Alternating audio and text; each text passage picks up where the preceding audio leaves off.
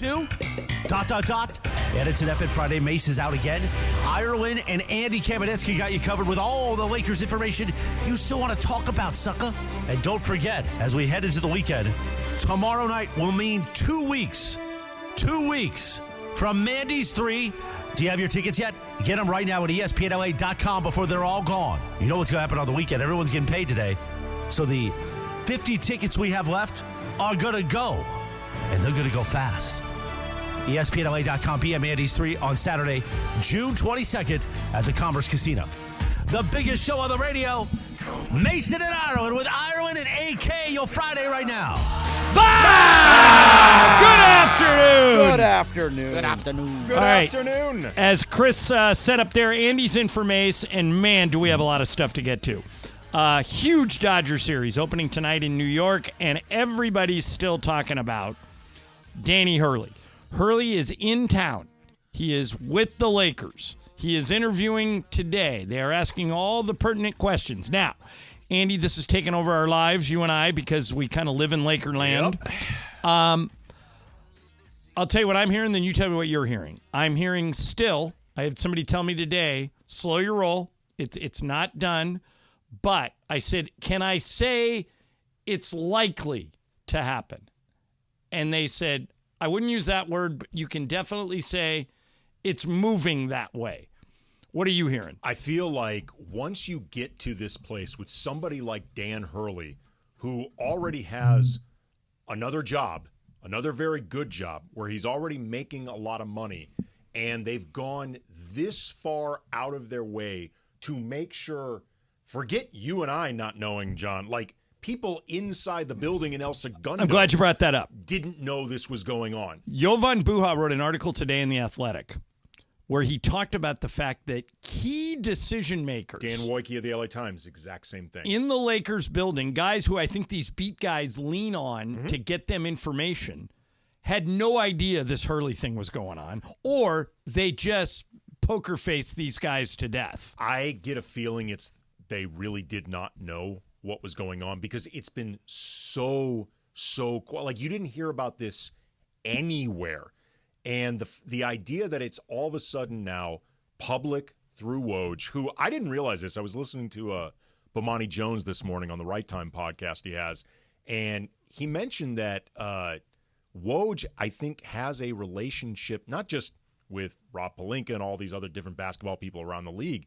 He actually knows the Hurleys well. Wait a minute, you don't know this? I did not know His that. first book was about St. Anthony's, where Bob Hurley was the coach for like 25 years. That's the first book Woj ever wrote. He's known Danny and Bobby Hurley since they were little kids. Did not know that. Yeah. I genuinely did not know that. But what that lets you know is that Woj was most likely sitting very in the loop Yeah. on both sides of this. So he's hearing from both sides. How close are we? It's just clear the Lakers did not want to at any point get out publicly ahead of this for a bunch of reasons I can understand. And that's why it was like Woj never said a word about JJ Redick. Dude, I went back through Woj's timeline yesterday.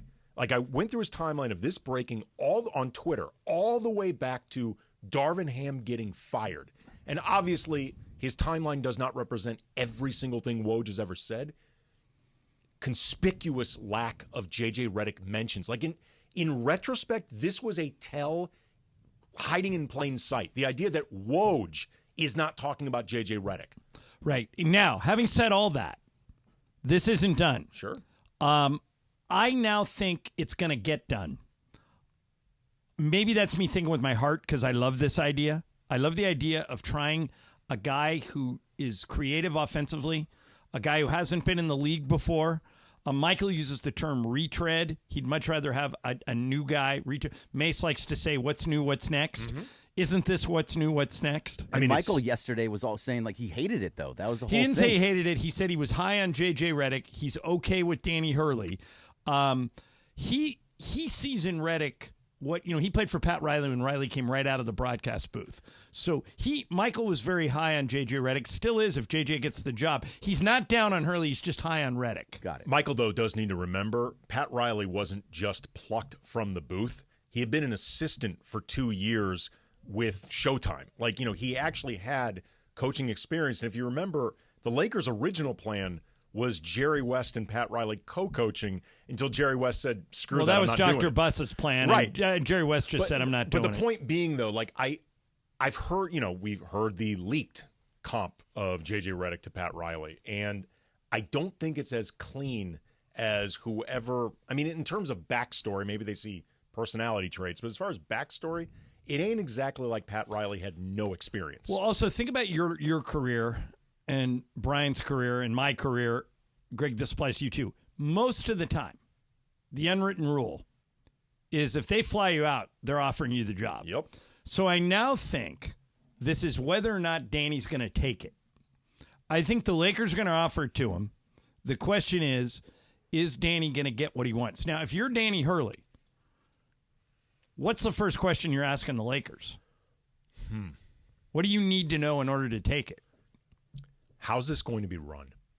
Even more in the money, because I'm confident at this point that if you're serious enough to fly me out, the money's not going to get in the way. I want to know, how is this being run, and what's my role in helping run it? I would go with, can I hire my own assistant coaches? Am I the one that's in charge? I don't have to talk to above me. It's my choice, my decisions. Everything is me. Okay, I'm glad you said that. Can I come back at you with, yes, you can hire your own assistants to a point. What is to a point? To the point is, and you can be part of this process, I want a former NBA head coach on your bench, since I you've can pick never that done it. We will do it together. We'll talk, and it could be anybody. It can be Terry Stotts. It can be Scott Brooks. It can be. I would strongly like you to meet with and consider Jared Dudley, and here's why. Jared Dudley has the respect of LeBron and AD. If I'm Danny Hurley, the first question I ask is, when can I talk to LeBron and AD? Because this thing is going to sink or swim based on my ability to get those guys to follow me. See, for me, I'd want full autonomy. If you're flying me out, you're going to offer me this massive deal. It's going to be a long-term contract where I'm in charge of building up and all the young talent. I want full autonomy. I want it to be what I want, and I want it to be very much that I'm in charge of the whole thing. Okay. Like Ty Lue wanted and didn't get. Right. I won't give you full autonomy, but I'll give you most of it, and here's my caveat. You can have it, but I want at least one coach on your staff who's been a former NBA head coach. Can you live with that? Agreed. See, that's the type of give and take. I'll take it a step further. In my opinion, if Dan Hurley is smart, he will want that. I'd want multiple. Right. Because this is a totally foreign world for him in terms of the culture. Like, he knows the basketball. He knows all that different stuff. He knows about building teams, identifying players. He does not know NBA culture. If I'm him, I want somebody who's done this before. Right. And I think that these are the types of discussions, the one we're having right now, that are going on today in El Segundo. One thing that will work towards Danny Hurley is, I'm told, I have not talked to her. I haven't talked to Jeannie about this at all. But I've been told by people in the building, something Jeannie would really like to stop is this coaching carousel of 2 years and out. She wants a program. She wants a direction. She wants to stop doing that. She feels like, and I think she understands why they fired all these guys, but she wants to commit to somebody and build a program, which is why I think they're talking about giving him a long-term deal. Well, it's funny, actually. For all the news about Hurley, and obviously this would be a seismic decision if they ended up going with Danny Hurley, the thing that jumped out at me the most from Woj's reporting was the part where he said the Lakers are recognizing that the league has changed and that you can't just buy your way through sheer star power or, sort of an instant oatmeal approach. Like, you actually have to build something. And to me, if they don't understand that, it won't matter who they hire. Well, I said yesterday, Andy, that I think if they hire Danny Hurley, that it's the equivalent of what USC did with Lincoln Riley in this sense. If you listen to our show in the end of the Clay Helton era, that was pretty. Carol Folt, the president of USC, got hammered on our air. People considered her incompetent. They didn't think she knew anything about sports. Maybe she doesn't. I don't know her. Thought she was over her skis, can't run a university like USC, doesn't understand how the football program is the front porch of the university. Carol Folt needs to go. She doesn't get it.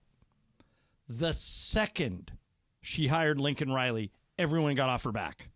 And it became now a Lincoln Riley issue. When USC struggles, they're like, why the hell can't Lincoln Riley get there? I haven't heard the name Carol Folt since the day she hired Lincoln. And by the way, she's hired a string. I shouldn't say she's hired. There have been a string of just complete. She's given approvals to the hire. Yeah, complete bobos at athletic director, whether it be Lynn Swan, who never should have got the job, or Mike Bone, who was terrible. The athletic director, everybody realized, okay, this person's just a pencil pusher, doesn't have any power. So everybody blamed her, blamed Carol Folt. The second she hired Lincoln, I think the same thing would happen here. I think if Rob Pelinka, and Greg will back me up on this, when we do sports graffiti, probably the first 15 times we did it, at least 3 people on there bagging on Rob Pelinka. If he hires Danny Hurley, I think everyone gets off Rob's back, and it becomes about how Danny can or can't make it work. You agree? I mean, he is somebody with a lot of credentials. He's somebody that is very different from what they've been doing. And based on what I'm seeing over at Locked On Lakers, 5 days a week, John, anywhere you get your podcast, Amen. Monday through Friday, never behind a paywall. There's a YouTube component as well. And in those YouTube comment sections, the reception to Dan Hurley, I keep forgetting he's no longer Danny, he's Dan. He doesn't like to be called Danny? I better figure that out before I Mike meet him. Malone and Michael Malone. Yeah. Like, I believe he prefers Dan. Okay. Come on, Danny. We'll find out. The reception's been very, very strong and positive. But I'm saying this right now, if they do not commit to the idea that you have to actually build something, and building something requires patience, and you have to take some degree of long view when it comes to creating a team and a culture and a franchise, Dan Hurley's not going to matter. But if they give him 6-7 years, isn't that a huge indicator that they get what you're selling? It is a huge indicator that they get it. It's not an indicator yet that they'll stick with it. All right, I'm going to play something for you coming up that I heard today that as soon as I heard it, I thought I can't wait to play this for Andy because of your relationship with the Locked On Lakers, and you do this 5 days a week. And you, even more than me, deal daily with Laker fans and their reaction. Yep. I'll play it for you next. Andy Kamenetsky in for Mace. I'm John Ireland, Mason and Ireland, ESPN LA. The most followed.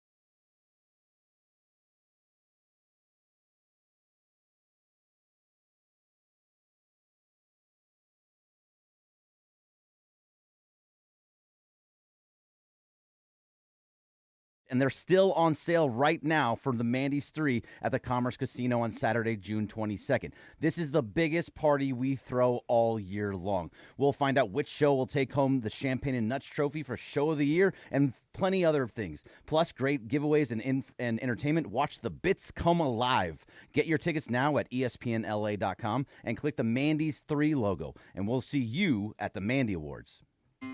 Attention landowners, got big summer plans for your property? Then here's an offer from John Deere.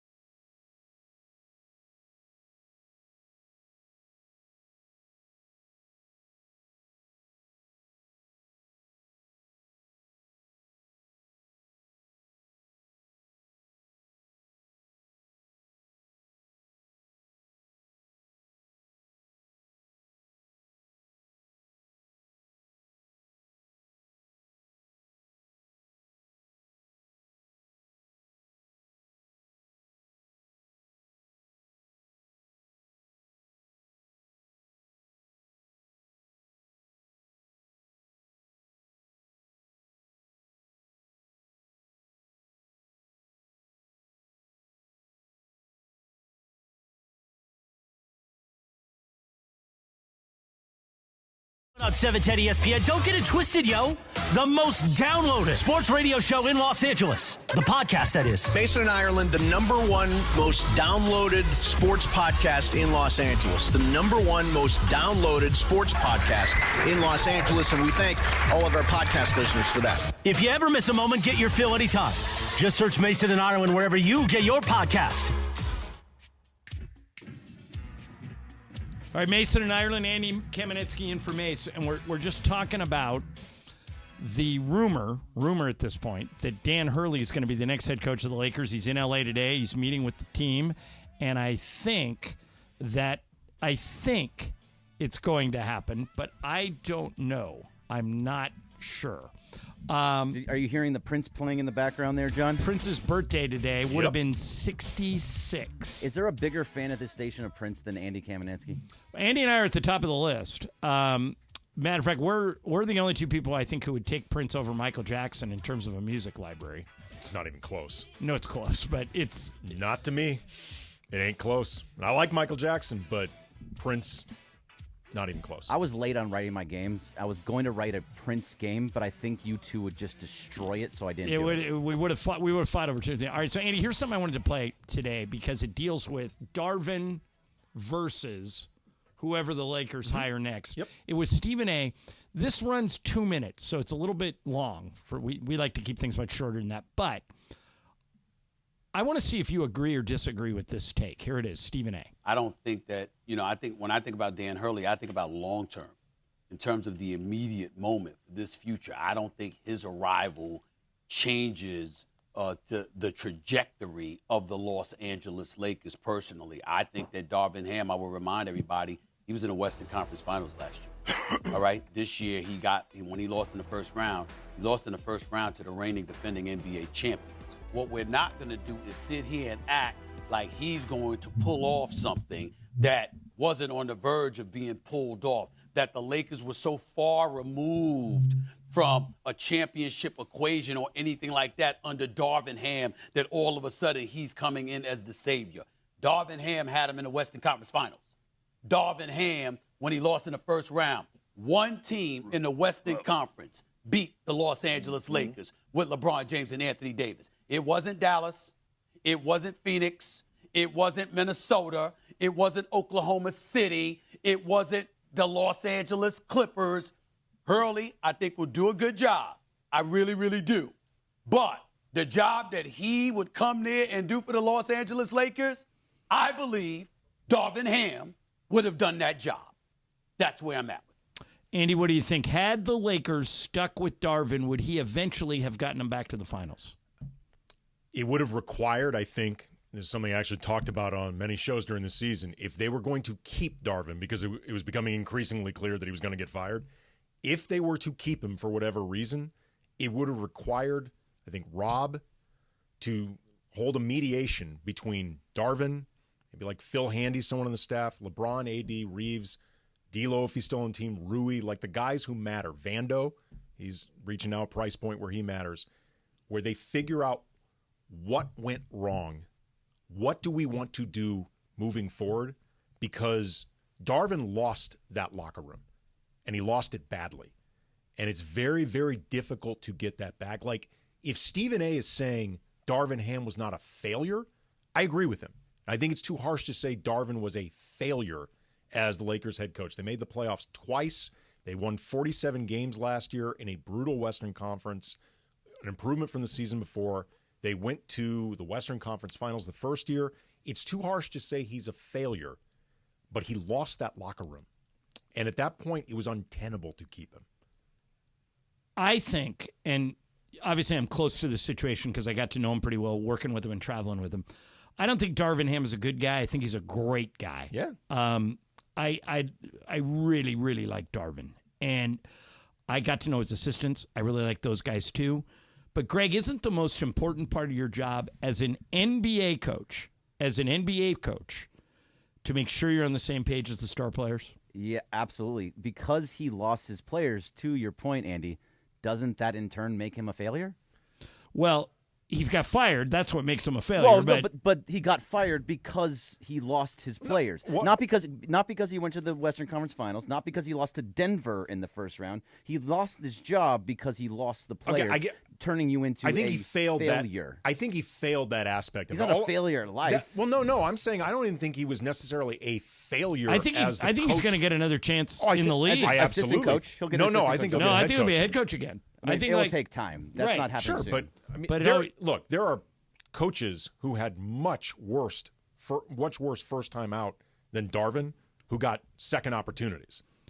And sometimes third opportunities. Yeah, I have no doubt Darvin will get another head coaching job. Failing with the Lakers does not mean that you wouldn't do well somewhere else. Mike Brown was a failure with the Lakers, but now he's doing well with the Kings. The first season with Darvin, I think he was a success. When you consider everything that he was saddled with, that first season and the Russell Westbrook situation that was the big cloud hanging over the organization until they eventually fixed that, getting to the Western Conference Finals, I think he regressed as a coach in his second year. I think he made some decisions that were inexplicable. But I think what Stephen A. I think is trying to get at is if you take it in totality, he's not a failure. No. I agree with that. Doesn't mean he didn't need to go. Right. Both things can be true. Danny Hurley will do more for this Lakers team than Darvin Ham would. It's like Adrian Griffin. He got fired after 18 games. He was a failure with the Bucks. He'll get a job somewhere else. It is whatever amount of games it was. I don't know the exact amount of games. More than 18. Not many more. It was right around that. I think part of this too is everybody knows the Lakers is a win or you're fired job. And when I say win, you've got to compete for titles. Winning the division doesn't mean anything. Winning a playoff series doesn't mean anything. Losing in the first round is a red flag. And I know Stephen A. may be right. They drew the worst possible matchup. Maybe they would have won a first-round series against another team. But if all your players are going to management and they're saying, this guy's lost us, we don't, there was a time during the season, Andy, where Darvin was trying to shore up the defense. And he started Cam Reddish and Jared Vanderbilt and left guys like Rui Hachimura and D'Angelo Russell on the bench. And Austin Reeves. And those were the guys that got him to the Western Conference Finals the year before. So he abandoned what got him to the finals, and the players couldn't figure out why. Yeah, I was just going to say, it wasn't even just that the players didn't like it, because players all the time deal with decisions from coaches that they don't like. What was clear was they didn't understand why it was happening. Right. And I also think, though, and might be what Stephen A. is getting at, though, because you mentioned the idea of it's a win or you lose your job situation. And, losing in the first round is a red flag. Said it before and I'll say it again. If they don't allow for a certain amount of growth, you're going to find Dan Hurley on the hot seat much quicker than anybody would think. Like, championship or bust is a great mantra. Like, it's a great branding ethos. But if you take it too literally, you will have no stability whatsoever. Well, I think, and this is something I know privately Jeannie has shared with a lot of people in the organization, she really wants to get away from this 2 years and out thing. Well, then you have to be willing to accept the idea that you go 2 years without winning a championship. Well, I think that it's a little more nuanced than that. I think what she would like to see, and I'll let her speak for herself when they make this hire if she's going to talk, she would like to see some consistency, because the Laker coaching situation has been the opposite. It's been super inconsistent. Yeah.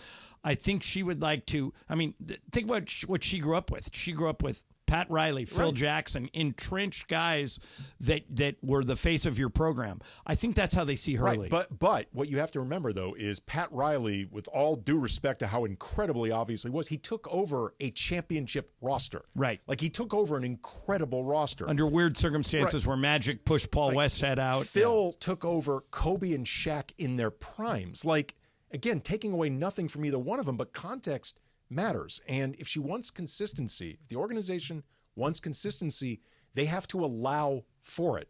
And if your standard is perfection, you'll never have consistency. Right, but I think this hire, if it's Dan Hurley, is exactly what you're asking for. I hope so. It's got the potential for it. Yeah, I'm really excited about it. I hope it happens. All right, coming up next, we'll spin the wheel of questions. We haven't talked about NBA Finals Game 1 yet. We haven't talked about the Dodgers who open a huge series tonight in New York against the Yankees, which could be a World Series preview. We'll get to all that starting with Wheel of Questions next. First, let me tell you about ZipRecruiter. If you are hiring, it takes up to 11 weeks on average to hire for an open job. Nobody's got that kind of time. So use ZipRecruiter. Right now you can try it for free at ZipRecruiter.com/LA. ZipRecruiter uses powerful matching technology to quickly find and send you the most qualified people for your roles. Or, as my guy Ian Siegel, the inventor of ZipRecruiter, says, we don't leave anything to chance. How quick can they help you find a candidate? 4 out of 5 employers who post on ZipRecruiter get a quality candidate within 1 day. So go to that exclusive web address to try it for free. ZipRecruiter.com/LA. Again, that's ZipRecruiter.com/LA. ZipRecruiter, the smartest way to hire. Hey guys, it's Sedano.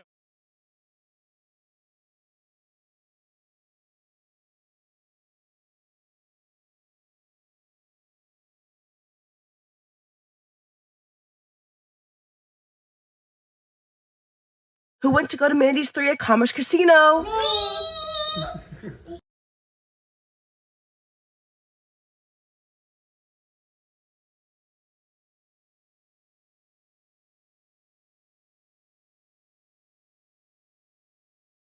Will Sleever repeat as host of the year, or can Mace finally win the most coveted award at the Mandy Awards? Find out on Saturday, June 22nd at the Commerce Casino. Vote for all the awards we will hand out right now at ESPNLA.com. Click the voting page with the Normand Legal logo. Vote early, vote often, vote as much as you want. Special thanks to the law offices of Joseph S. Normand, injury attorneys you can trust. 213-747-2000.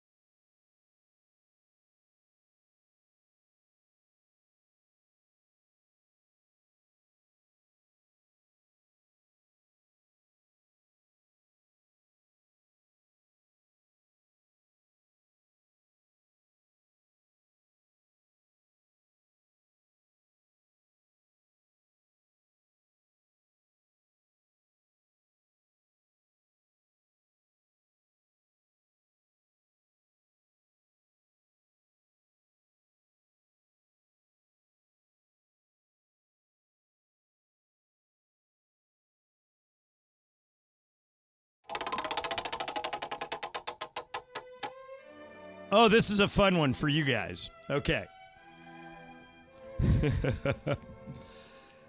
Anybody, the NBA Finals are going on. So Magic Johnson is out and about. Last night he was on Jimmy Kimmel. Mm-hmm. I'm going to read you a tweet that Magic Johnson wrote a couple of days ago. Okay? Quote.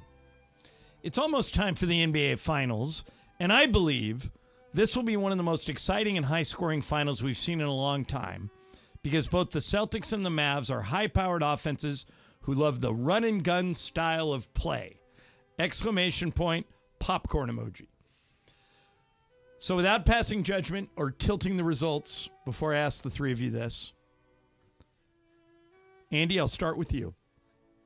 Does Magic Johnson write his own tweets?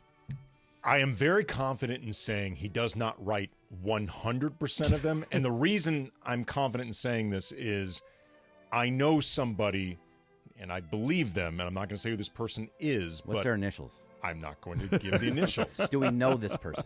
I don't even know if you know this person, but I'm giving away nothing. Come on. But this person that may have access to the account? This person, if I'm to believe he or she, has had a job that included writing Magic's tweets. Greg, does Magic Johnson... Morales, isn't it? Yes, it was Does Chris Magic Morales. Johnson write his own tweets? I'm with Andy that it's... I think does he not writes write all some. of them. Yeah, I think he wrote... Like, that one is believable that he wrote. That is something that is like, okay, I'm okay with that one. But there's some that are like 5 days later, and they're just really weird. No chance he writes those. Cody, does Magic write his own tweets? I'm with the guys in the sense that, like, if it's a basic message, I think he'll write it. But there is no chance that Magic Johnson is writing his tweets. There was a tweet a couple, like, days or weeks back where he was talking about the Dodgers, and he referred to Kike Hernandez as Enrique Hernandez. I don't think Kike has been called Enrique since the minor leagues. And I don't think Magic even knows that his name is Enrique. Exactly. Yeah. Well, I mean, here's the thing, too. I think sometimes with people like this, like Magic may not be technically writing the tweets, but he's dictating the tweets to somebody who is tweeting them in his own voice. And then there are times where I'll give the example, like Donald Trump on Truth Social. You can tell when he has been dictating his truths, and then other times where it's like, sir, we really need you to let us write this one for you. Like, and I'm not comparing Magic and Donald Trump in any other way other than Twitter staff or social media staff. But I believe there could be times where somebody completely commandeers the tweet, and there are times where Magic's dictating. Do you think he's writing it? John? Hell no. I think you guys are giving him too much credit. Greg, I don't even think he wrote that one. I think that one, if he was going to write one, it would be that one, right? Right. That I one think at he's least- got a young intern. You know, Magic has sent more people to college and has helped more people find their footing. He's one of the great humanitarians of all time. I think Lon hired a young intern that's super smart, and he or she is writing those But tweets. don't you think, though, they're running it by Magic because they want to make sure Magic likes what you're saying? Like, no, I don't think he cares. No. I think that's why they're so generic, Andy. I don't think they're running by him at all. There was a tweet. They're writing him, to Cody's point, they're writing him so generic that he can't get mad. He after the Lakers lost to the Nuggets, there was a tweet. He didn't tweet that night. So the next day, he's like, I was so sad that I couldn't even tweet. It's like, come on, guys. Like, are we really, like, it's that, it's come to that. What about Laura? Laura has a thought that he's obviously not here, back next week, we hope, that it's all AI. AI is writing. Oh, that's interesting. That's a good. Well, saves that's money, interesting. too. Again, this person Write me I a know tweet about who the had NBA payroll Finals job. for the Mavericks and the Celtics. And on Grok, the Twitter one. It could be. Yeah, it could work. It could work. Hey, I have a question for you. Yes, sir. Do you know who John Fanta is? Yes. I don't. Okay, it says college basketball and Fox broadcaster and reporter, host of Big East Shoot-Around. I just learned who he was after the news broke about Dan Hurley. Why do you ask? Because he just said that I have it on good authority the Lakers are offering him, Hurley, $100 million guaranteed. Whoa. Wow. Yowza. I mean, this is John Fanta. Okay, so this Nobody would, no that, Woj. Andy, that would probably be 8 to 10 years. It's gotta be. That's a John. Well, I would hope that's 10 a years. that's a John Gruden deal. Yeah. I know who this. I'm not familiar with their work. Like I said, I literally learned who they were yesterday. But this person By the way, is real. If that's true, if what he's reporting is true, does that not check the box you were worried about? It certainly helps. Yeah. I mean, 8 to 10 years is a lot of patience. All right, we've got a couple of minutes here before we go to sports graffiti, which we'll do at the top of the hour. And I'm going to get serious here, but I promise it'll only be for a couple of minutes. And it's not too serious. Our friend LZ Granderson, who worked with us for many years at ESPN. We love LZ. Mm-hmm. Great guy. Yep. Really fun to work with around here. LZ has worked for ABC News. He's worked for CNN. Right now he's working for the LA Times. I wanted to give him a shout-out and tell him how proud I am of him for something he did yesterday. He wrote a very long, as usual with him, extremely well-written article about the history of the AIDS virus and how it has affected people in Southern California and people in his life. And at the end of that article, he writes this, quote, I, too, am HIV positive, and this is the first time I'm sharing this information publicly. My viral load has been undetectable for years, meaning I can't spread the virus to others. Except for my arthritic hip, a byproduct of years of basketball, I feel fine. The only time I've thought about my mortality in recent memory was at the height of COVID, when most people were thinking about life and death. Still, I'd be lying if I didn't admit shame was a significant factor in keeping my status quiet until now. I didn't want to be viewed as a gay stereotype, including at ESPN, where I worked for years. I was not the first openly gay person there, but I was among the most visible, and that came with scrutiny. I also kept my status private because I didn't want to be shunned in social settings. The use of the word clean on dating apps served as a regular reminder that the epidemic may have subsided, but ostracism remained. I encourage all of you to read this article. Yeah, it's really good. It's in the LA Times, and I just want to say this. LZ, proud of you. Proud of you. You did this. The person, by the way, he's making reference to when he said I was not the first openly gay person there is Mason, who was incredibly nervous about coming out. And if you ask Mace now, he'll tell you it's one of the best things he ever did. He got more confident. He found himself. He talks about Juan openly now. He's just a much happier person since he came out. Yeah, I mean... And I hope that LZ finds that he is going to land in a very friendly, soft, loving place, just like Mason did. Yeah, I mean, it's funny. I've actually known LZ longer than I've known anybody at this station. Like, I've known him going back. Why? Because he and I used to both work for ESPN, the magazine. Okay. So I've known LZ going back to, I'm guessing, like 2003, 2004, like longer than I've known any of you guys. And I've always just thought the world of him professionally and personally. He's just a great person, but he's also incredibly smart. He's funny, all that stuff. And reading the piece, it sounded like he's reached a place of comfort in revealing this, but also discomfort in not. Right, which is where Mason was too. Right. And certainly the good news here, my favorite part about all that was his viral load is undetectable and he feels fine. The comp for that, we were just talking about Magic Johnson. You know, Magic has lived with an HIV positive diagnosis for years and has thrived. Yeah. And I don't know how long LZ has known this, but he's thrived. I want to say in the piece it said 4 years. Yeah. I had no idea. Like, I imagine most people didn't know. You know, I reached out to LZ yesterday and just told him, like, you know, I'm happy for you both with this transparency and also really well written. Obviously, as you said, John, LZ has thrived in this private situation, but I'm like, you know, now that it's public, if you ever need support, you know where to find me. I think the world of LZ, so I'm happy for him. Yeah, Greg, I don't know if you were in the same place as me, but when we work with LZ, I always used to say to myself, man, that dude's got more talent in his little finger than I do in my whole body. I mean, he's just so smart and versatile and, you know, well-liked. And I part of me feels bad that he was carrying this burden with weight him on his shoulders, right? And that we couldn't have helped sooner. But I'm really glad that he wrote the article, and I think he's going to find that he has a tidal wave of support now. Oh, he has a ton of support. It's not only that he had that much talent; he is incredibly smart to the point of it was hard to have a conversation with him because everything that he said to you, you're like, God, you're so much smarter than me. I know. I can't argue with you because you make better points than I do, even if I know more about the subject. It's really hard to have. He's just so so smart and so just it's very articulate. It was tough. And he's fun. And I love the guy. Yeah, he's amazing. He was really fun to work with when he was here. I'm hoping we all, especially me, gets a chance to work with him again in some capacity. But for the meantime, LZ, just know we're thinking about you. We're proud of you.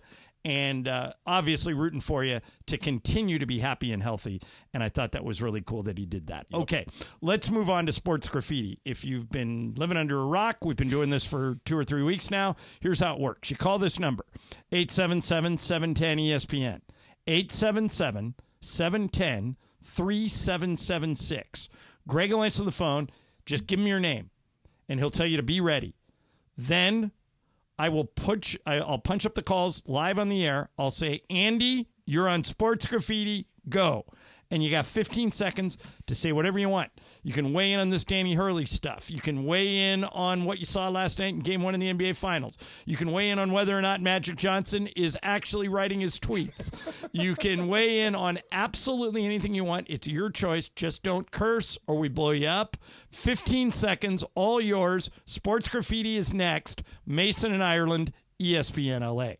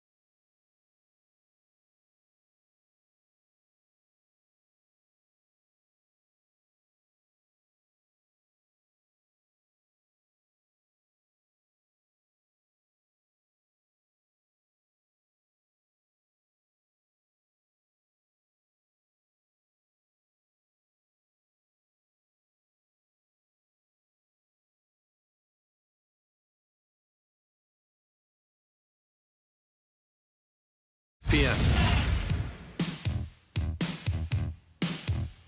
All right, you know what that means. It's time for Sports Graffiti. 15 seconds for you to say absolutely anything you want. We'll start with John. John, you're on Sports Graffiti. Go. I want to do my best John Ireland impression. You ready? Yep. Is she smoking hot?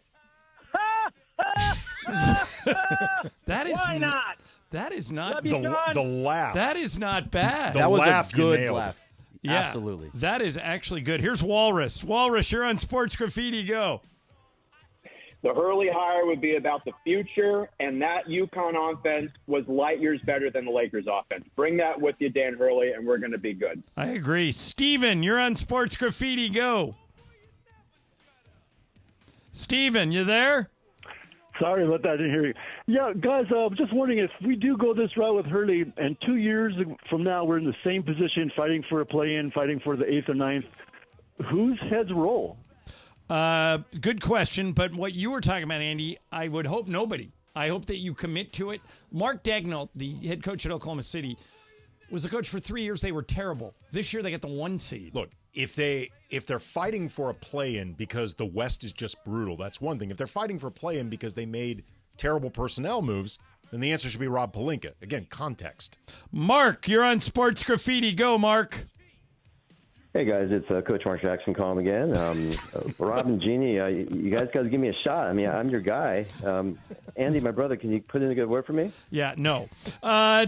Here is Jeff. Mark Jackson deserves better than that. Jeff, you're on Sports Graffiti. Go, Jeff. What's going on? Hey, this is a question for Andy. Hey, there's a growing number of us who are looking for a place to throw our hat in the ring, to offer services to help get Commander and Chimp up off of the ground, like pro bono work.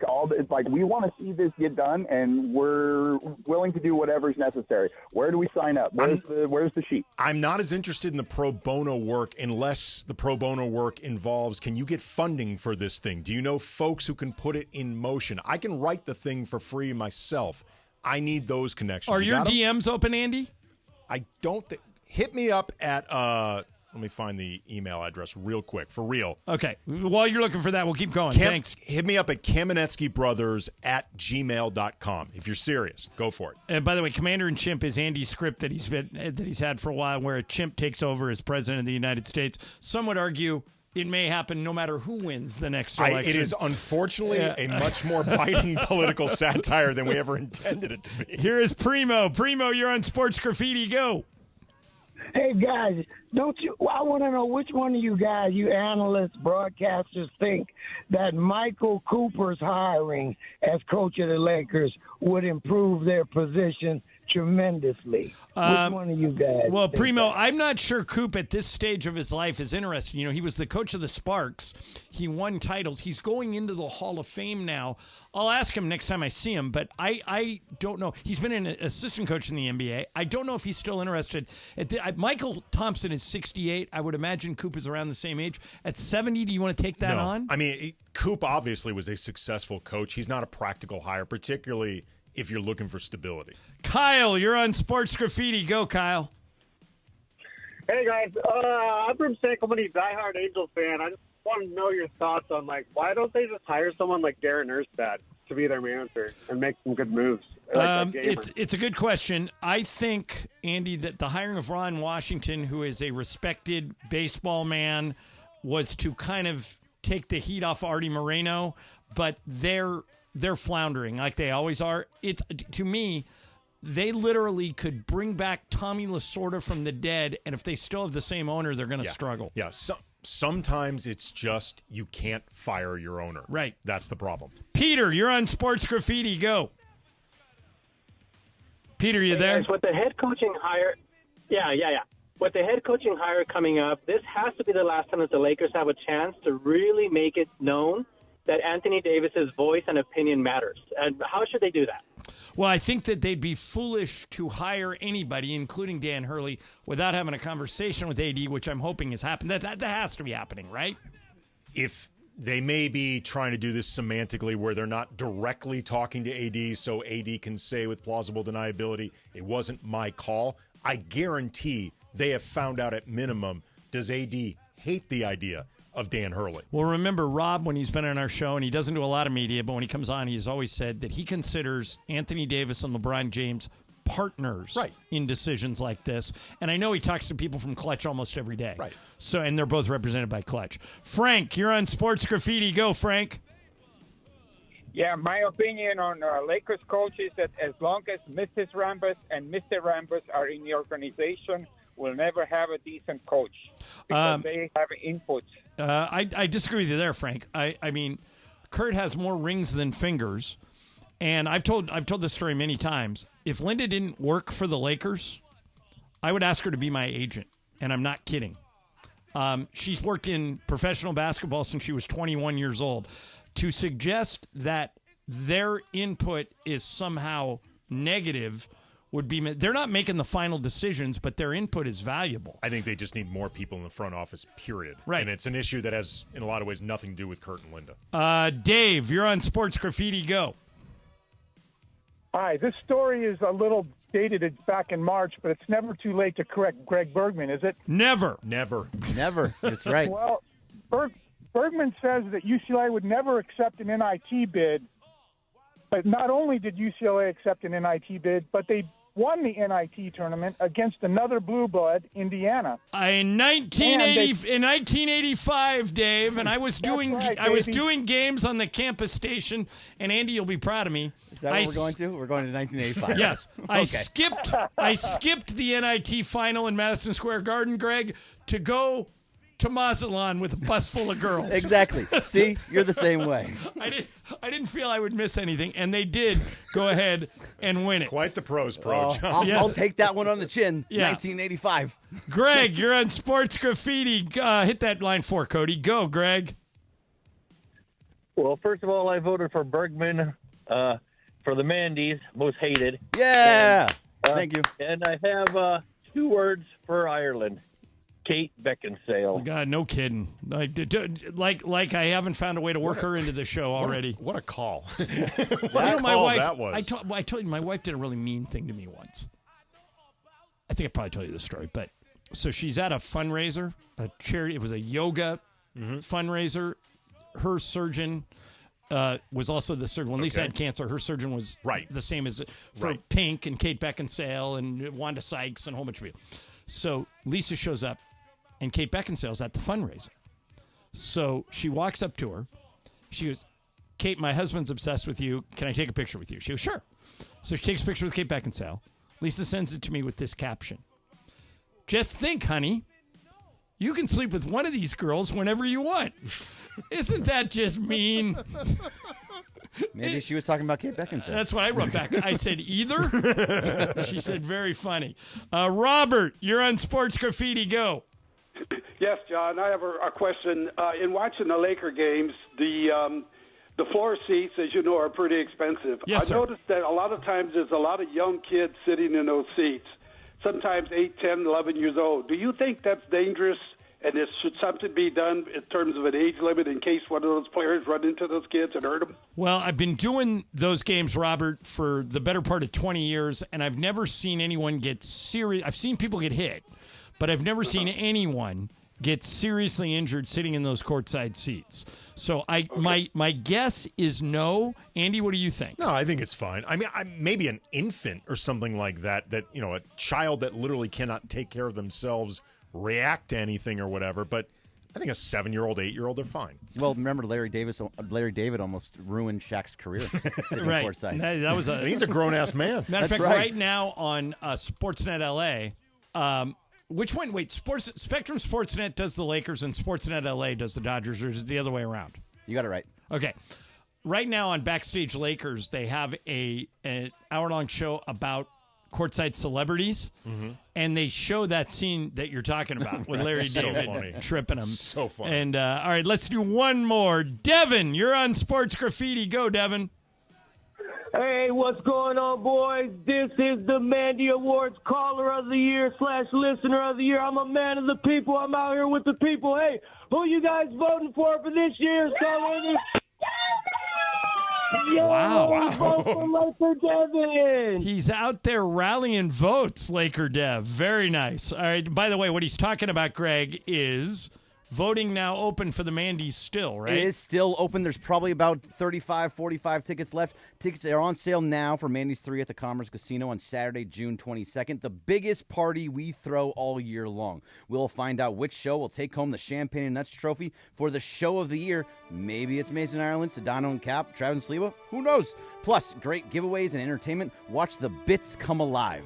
Get your tickets now at espnla.com and click the Mandy's 3 logo, and we'll see you at the Mandy Awards. All right. Game 1 of the NBA Finals was disappointing. I'll tell you why coming up next. Andy and for Mace, I'm John Ireland, ESPN LA.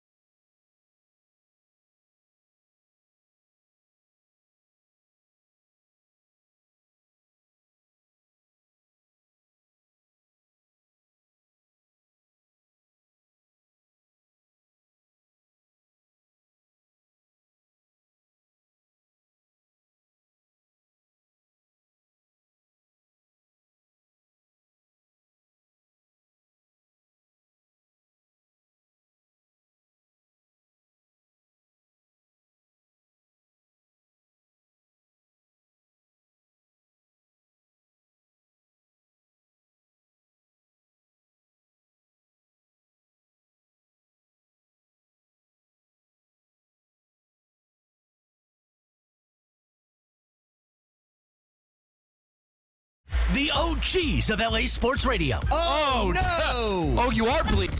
Mason and Ireland. 710 ESPN. Happy birthday, Prince. Would have been 66 today. And, well, you know, Purple Rain still holds up. I watched it. I mean, there's some inappropriate stuff in it that wouldn't fly in 2024. The biggest one is when Morris Day and Jerome are walking down the street and some girl comes up to him and says, Morris Day, you never called me. And Jerome throws her in the dumpster. Yeah, that probably didn't fly. Probably wouldn't go in 2024. Lots changed in 40 years. Right. But the music is still amazing. Completely holds up. The jokes work. Look, all of it works. I love Purple Rain. Yeah. But even in like 1984, where you could culturally get away with some stuff that you can't now, it has never been like a super tight, well-constructed story. Like the whole idea of, you know, the club that they're playing in, we only got room for 3 bands, we got 4. I'm like, the place is packed every night. Like, right. What's the By problem? the way, have you ever stuck your head in there? It's right across the street from the Target Center. I have been in. It's called First Avenue. Yeah. No, it's a classic place. Like Prince used to be there, the Replacements, right. Like all these different bands from Minneapolis, which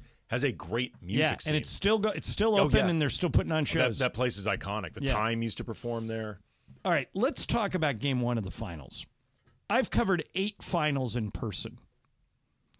What I saw last night was, and I know it's only one game, I don't want to overreact, especially considering that in every playoff series the Mavericks have been in so far, they've won Game 2. They lost Game 1 to the Clippers, they won Game 2. They lost Game 1 to the Thunder, they won Game 2. They actually won both Games 1 and 2 against Minnesota. And then now they've lost Game 1 to Boston. So if serve holds here, the Mavericks will play better in Game 2. But having said that, Andy, they weren't ready. The Mavericks were not ready to play. They had 9 assists, their lowest total of any game this season, and the lowest total in the finals for any team other than 2. It was one team realized the stage they were on, played with intensity like it was a finals game, and the Mavericks look like they got hit by a bus. Luka to me looks hurt. Kyrie looks checked out. I think they have to win Sunday night in Game 2, or this thing might be a wrap. What do you think? I mean, they definitely have to win Game 2. I mean, you don't want to go down 0-2 in the finals. Have to win 4 out of 5 games. There was a great stat I heard today on the recap that Zach Lowe and Brian Windhorst did. It wasn't just that Luka had for the game 1 assist, which is incredibly unusual. He only had 6 recorded assist attempts. Like, other guys were not open for him to even find. Like, Boston did an incredible job just staying on their guys, covering everybody. Greg, you picked the Mavericks in this series. You still think they after last night? If I gave you carte blanche to change your pick, would you? No, I wouldn't. Mostly because I can't root for the Celtics or I say that they're going to win. Me either. Mostly, but Boston. If Kristaps Porzingis plays the way that he did in the rest of the series, they are going to win this series. Let me tell you, I'm glad you brought up Porzingis. First, let's talk about him for a second. Do you guys realize how talented Kristaps Porzingis is? His issues, his entire career have been injuries. Right. He's Wemby. He's 7'3". He shoots threes. He blocks shots. He can score at will. I mean, he's a great player. Great player. And Drew Holiday, as soon as this series is over, is hopping on a plane and going to the Olympics in Paris to do what he did to Luka last night to the rest of the world. He's an elite defender. Andy and I were talking about this off the air. If Boston ends up winning it, if you study the history of the NBA, and we all do because we're idiots, there are star players, legitimate all-star level players, that for whatever reason during the course of their career become available and then put a team over the top. It depends how far you want to go back. Bob McAdoo was an elite MVP level scorer every year for the 70s and 80s. It was either Kareem or Mac. So McAdoo became available late in his career, and the Lakers snapped him up. Helped him win 2 more titles. Bill Walton. They did a tribute to Bill Walton last week. Yeah, that was awesome. Bill Walton was just sitting out there available, and everybody said, we can't spend any money on Bill Walton. He's always hurt. Well, in 1986, he had an injury-free season, and he carried the Celtics, along with McHale and Parrish and Bird and DJ, to a title. What is happening with Drew Holiday and Kristaps Porzingis is they were the missing pieces. The foundation is Jaylen Brown and Jason Tatum. But those guys have been together for 8 years, could never get over the top. Now, Andy, they have a cavalry. They have Kristaps Porzingis. They have Derek White, who doesn't get talked about enough. They have Drew Holiday. That starting five, if they play defense the way they played last night, it's going to be almost impossible for the Mavericks to win. What's crazy about this, too, is the only reason they have Drew Holiday is because the Bucks decided they'd be better off with Damian Lillard than Drew Holiday. Like, before that trade happened, I guarantee the Celtics they'd never even been thinking about Drew Holiday. Because why would he possibly be available, much less why would the Bucks, an Eastern Conference rival, ever trade Holiday to them? It's only because he got traded to Portland. He has no use in Portland. And by the way, Andy might be the most underrated player in the NBA. He's the phenomenal. fact that dude's been on 4 teams is a joke. People forget. Started in Philadelphia, went to New Orleans, went to Milwaukee and won a title. He was in Portland for 5 minutes but never played, and now they send him to the Celtics. That was the gift wrap. This is when Michael Thompson got traded from the San Antonio Spurs to the Lakers in the mid-'80s. Former number 1 overall pick in the draft. And I'm not just saying this because we're all friends with Michael. You remember what Larry Bird came out and said? No, I actually don't. There's tape of this somewhere that we could probably find, but here's what Larry Bird said. The Spurs traded Michael Thompson to the Lakers. Why don't we just give him the trophy now? Well, okay. All right. Remember when Greg Popovich was complaining about to Pau high Gasol. hell about Pau Gasol? I remember actually a couple years later when Marc Gasol finally came into his own as a player, because Marc Gasol was traded for Pau Gasol to Memphis. And, that was, I think, part of Memphis's design. It was also to get off Pau's money. Kwame Brown was an expiring deal. Javaris Critton at the time was a former first-round pick. All that stuff. A lot of people thought could have an NBA career before he got derailed. Right. Yeah. Absolutely. But then Marc Gasol, starts coming into his own as a player. And I actually asked Greg Popovich, do you feel differently about that now, knowing who Marc Gasol is? And he bit my head off. Really. Shocking, really? I know, but it was like, that's ridiculous. That's what I'm like. He's an all defense. He's a defensive player of the year quality player. It kind of worked out for Memphis too. Hey, but is this something or nothing, John? Yeah. Game 1, Front Office Sports says, Game 1 of the Celtics-Mavericks NBA Finals averaged 10.99 million viewers on ABC. It's the least watched opening game of the NBA Finals outside of the COVID seasons 2020 and 2021 since 2007. Well, think about it. You don't have the Lakers. Like David Stern used to make the joke, what's your ideal finals matchup? Lakers versus Lakers. You don't have the Knicks. I think, Greg, if you would have got Denver, the defending champs, taking on the Celtics, the ratings would be higher. And ratings are going to go down the more we move forward now because most people, Greg, are like you.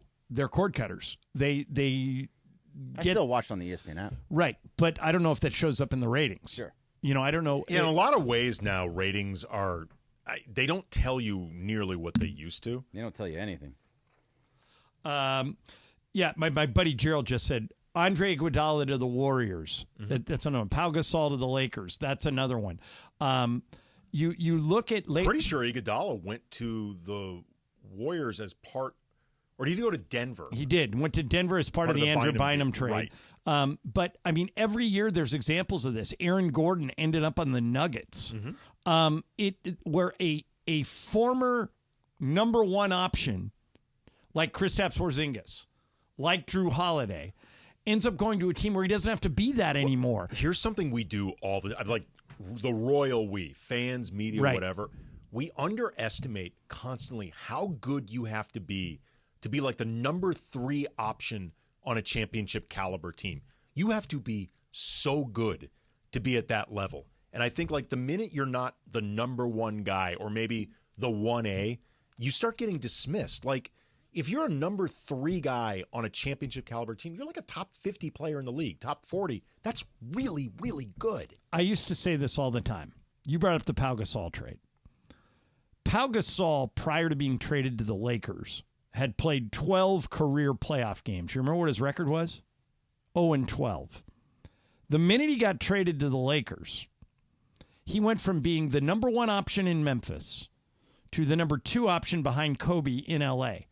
He was so much better than everybody else's number 2, even though, as his playoff record showed, he wasn't as good as everybody else's number 1.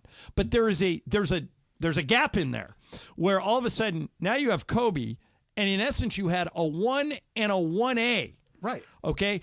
And that is when you take off. That's what Boston has with Tatum and Brown. On any given night, one of those guys can be the star. But now they have Porzingis, who you could argue would be a 1B. Drew Holiday would be a 1C. And now Derek White is the 5th best player, so the worst defender on the other team guards Derek White, and if you leave him open, he'll kill you. Right, and Al Horford's played really well in these playoffs. The Mavericks are in trouble, particularly if they can't solve their defense. Because did you see all those blocked shots last night? Yeah. Brown, Porzingis, White, all these guys blocking shots at the rim. Dallas has got to run. Luka has got to get healthy. And most of all, the most important thing in the world is Kyrie can't start 6 for 19. No. He has to deliver, or else this thing will be over in 4 or 5. I wonder too also if sorry, I just got a text from my daughter, distracted me. She okay? No, she's fine. She's fine. We stop. Everybody here has kids. We stop. No. This is except for Cody, but he is a kid. This is. I mean, okay. I'm very proud because this is a text after my own heart. I guess they're playing blackjack at her school. Yeah. She just texted me her blackjack hand. She got blackjack. What kind of school is she going to where they're playing blackjack? This is excellent education policy. Wherever your daughter goes to school, I applaud that school. When my daughter was little, like little, I remember we were on a vacation in Mexico, and just as a way of like killing time, hanging out or whatever, I started teaching her blackjack because it was a way of teaching her how to count. Like, you count these cards. That's great parenting right there. Yes, it was. But she has grown to love blackjack. I've taught her how to play poker, and she just texted me this ace queen. Love you. Awesome daughter. I don't remember what I was going to talk about. Very proud. Very proud of you. Yep. Well, Greg, what is the number 1 tip I give to all aspiring students when they go into high school or college? Don't let school get in the way of your education. Exactly. And this is a good example of it. Don't let school interfere with your education. Good job with your ace queen, honey. If somebody wants to teach you blackjack, close the history book and learn about blackjack. All right, coming up next. Andy, I don't think you'd call me a liar if I said the 4 best players in the NBA right now are foreigners. And I'm saying in whatever order you want to put them in. Jokic, Luka, Giannis, Embiid. Why? Why are the top players in the world now not American? Kendrick Perkins has a theory, and I'm going to share it with you next. I think he may be onto something. Andy Kamenetsky and from Ace, I'm John Ireland, ESPN LA. Hey, guys, it's Cap.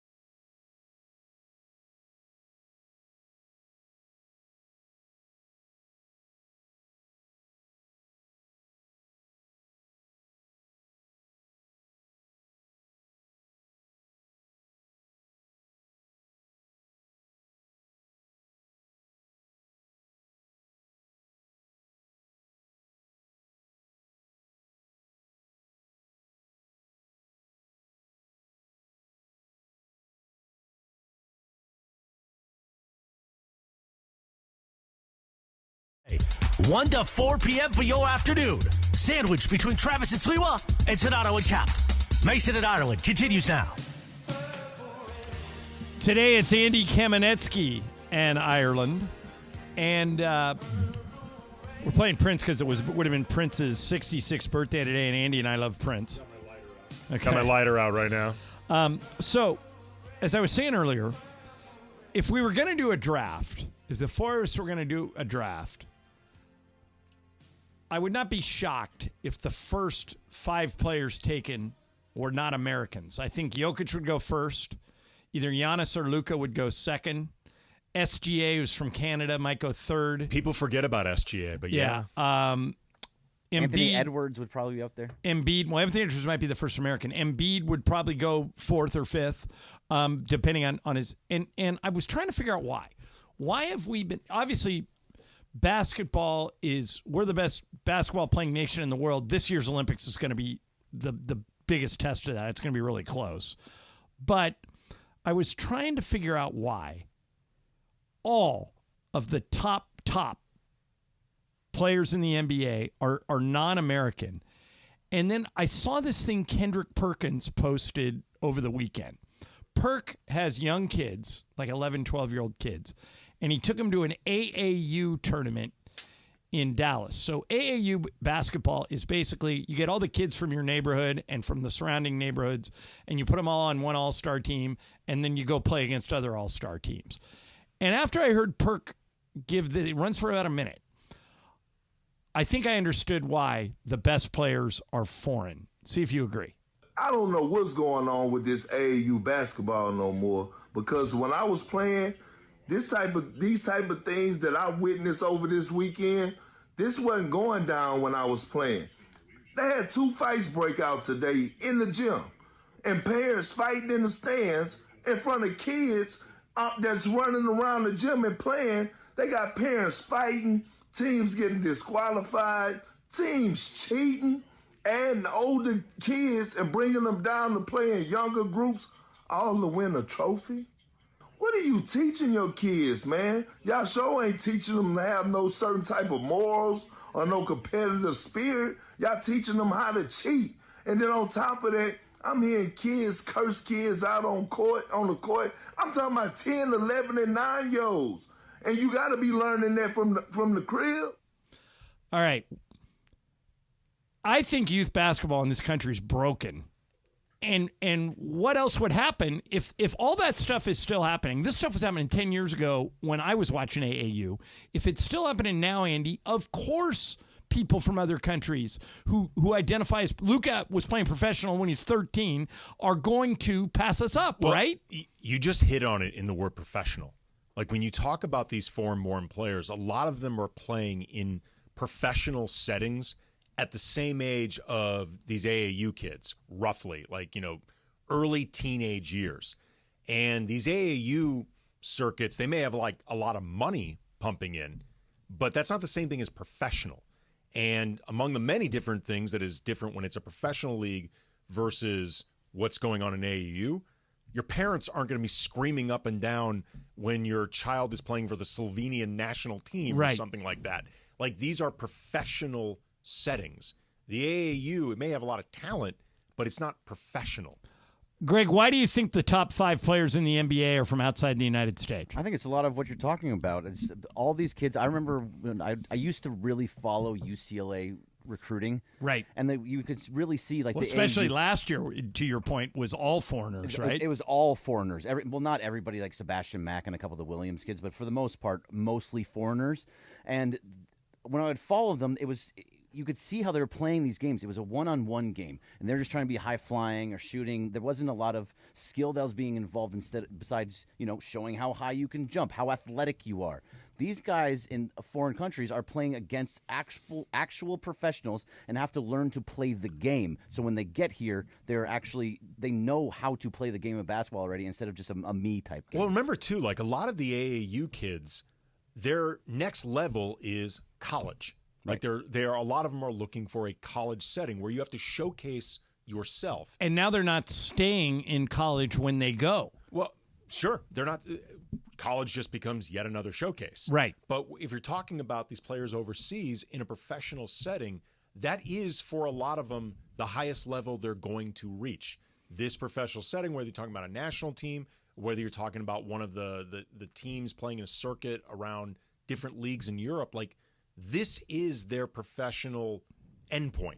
So they're there. And again, it's a professional setting as opposed to the AAU setting, which is, for a lot of players, it's a showcase for something else. Well, and there's another element to it, to what you're talking about.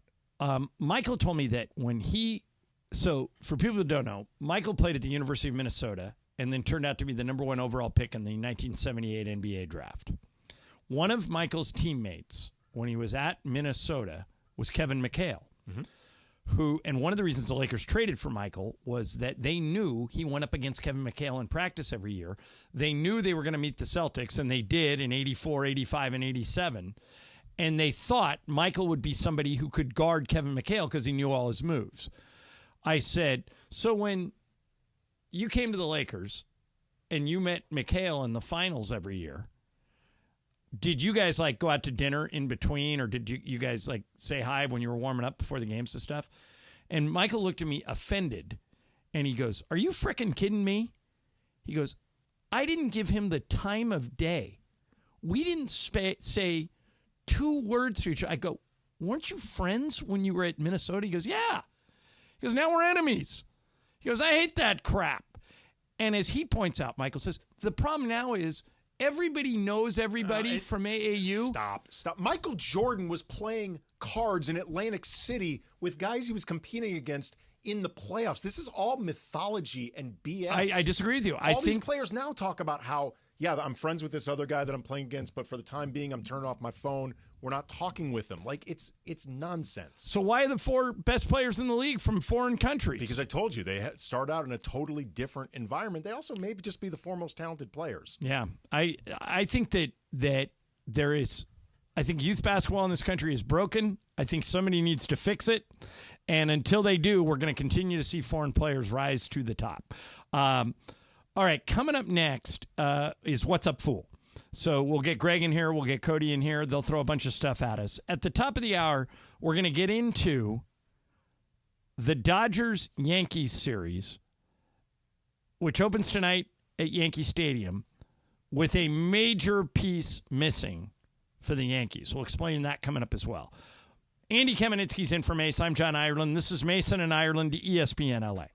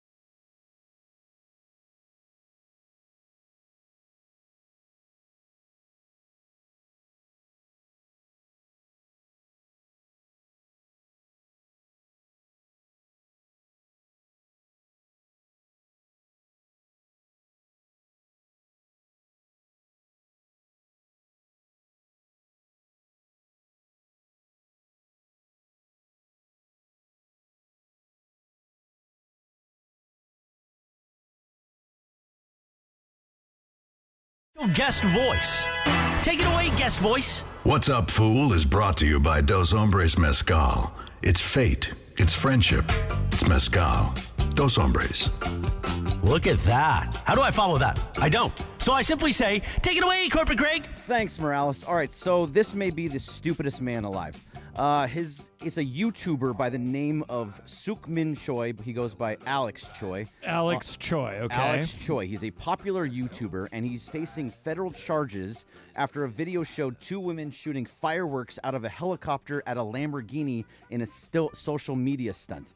So wait a minute. He's in the helicopter. They're all in the helicopter. And the helicopter's in the air. Yeah, right. And they are shooting fireworks down at a Lamborghini. Down at a that is on Lamborghini. the street. Correct. Okay. Well, so they're out in the desert or whatever happens. Okay. So he's facing federal charges because they say he did not obtain the required approval from the Federal Aviation Administration to Well, I was film the going to say, video. what approval would you ask for in that scenario? To film the video, and he did not have an explosives license or permit from the Bureau of Alcohol, Tobacco, Firearms, and Explosives. No matter what, if he just did that, should we just take all of his money away? Just take it all away. You don't deserve money. You might actually be helping him out, taking his money away, because money is what allowed him to do this thing in the first place. I always wonder in situations like this, when somebody does something so incredibly stupid that they should go to jail and have plenty of time to think about it, how do we reacclimate them into society? First off, I don't want to cancel people, but boy, that guy's dumb. This is nothing you get respect for in the yard. Right. If you go to prison for this. Right. Yeah, it's a good question, Greg. I don't think you can legally take away all his money, but could you ban him from any type of explosive for the rest of his life? Is that legal? I think we're all banned from explosives. No, we're not. Fireworks are legal in some states. You and I could go buy some if we wanted to. You're wasting money buying the fireworks, the giant fireworks, to have ability to even blow up a Lamborghini. I was going to say, and a Lamborghini that you're buying. I'm guessing those type of fireworks we are not automatically accessible to. That feels close to plastic explosives or TNT. So do you think he was shooting skyrockets at the Lamborghini? No, they're fireworks, but so they make noises. They're fireworks. I feel bad for the Lamborghini. Well, that's what I'm saying. You bought a Lamborghini, or someone got donated to you, whatever it is. You spent money. Was this person just trying to go viral? Well, Definitely. He is a YouTuber that has 1 million followers. This is the problem with the world that we live in now, where everyone wants to go viral. You have to keep going bigger and bigger and bigger, and then all of a sudden you might be facing jail time. Just insane. Cody, what do you think it is? I'd take away his money, take away his YouTube channel, make sure he doesn't even have a life. Could you? Wait, by the way, if you told Mason, if you banned Mason from social media, he would be crushed. That's actually Could his you punishment. do that? Can a judge ban somebody completely from internet access? Probably. Well, if nothing else, America. you could maybe not from internet access, but you from could, social media? Ban him from projecting himself on any social media app. It becomes like the equivalent of having to wear an ankle monitor, but it's just for social media. You basically eliminate him off the face of the earth. That might be the greatest punishment for this person. I don't know if it's actually worked this way, but didn't know that what happened to Anna Delvey? They took away all of her social media. They took away everything. I don't know. You know who that is? I have no idea who that is. on TikTok. Yeah, what's the name of I don't know the name of the show. I've seen it on TikTok so many times. She was a social media woman that stole money from a whole bunch of people. Kept lying. Yeah, I'm sure Mason knows who she is. Inventing Anna was the show. Oh, yeah. Okay, Inventing now Anna. I know who you're talking about. What's up, fool? All right, guys, so after 41 years, Pat Sajak is saying goodbye to Wheel of Fortune tonight. It's the last episode, so I'm going to play this little goodbye that he posted earlier. Well, the time has come to say goodbye. I have a few thanks and acknowledgments before I go, and I want to start with all of you watching out there. It's been an incredible privilege to be invited into millions of homes, night after night, year after year, decade after decade. And I've always felt that the privilege came with a responsibility to keep this daily half hour a safe place for family fun. No social issues, no politics, nothing embarrassing, I hope, just a game. But gradually it became more than that. A place where kids learn their letters, where people from other countries hone their English skills, where families came together along with friends and neighbors and entire generations. What an honor to have played even a small part in all that. Thank you for allowing me into your lives.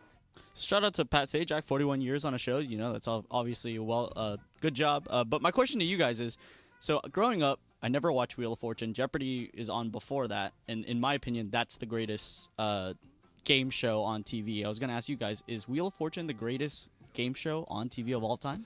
It's not the greatest game show, but it may be, Cody, what the job Pat Sajak's giving up, and Ryan Seacrest is going to take over for him. Maybe the greatest job in history, Andy. Let me explain to you how this works. You work 2 Saturdays a month. 2. What happens is they film Saturday morning, 9 o'clock. They tell you to be at the lot, the Sony lot, and Pat Sajak shows up, and they tape 5 shows. Starting at 9 in the morning, they tape 5 shows. They get done by 2 or 3 in the afternoon, and you go home. Then the next day they do it again. And then 2 weeks later, they do it again. So you work 4 days a month. 4 days a month. And you get paid a ridiculous amount of money. I would have killed to have that job. Yeah. You know, it's funny. Greg, I like to say any other day. Pat Sajak never has to say any other day. He only works 4 days a month. Say any day. Yeah. First of all, Jeopardy is the greatest game show of all time, but Wheel of Fortune was an amazing. I mean, I'm old enough to remember when Wheel of Fortune first came on and what a sensation it was. I had never thought about it the way Sajak framed it with kids learning to read and things like that. But it reminded me of what I just talked about before with teaching my daughter faster addition by teaching her how to play blackjack. It's the same basic principle.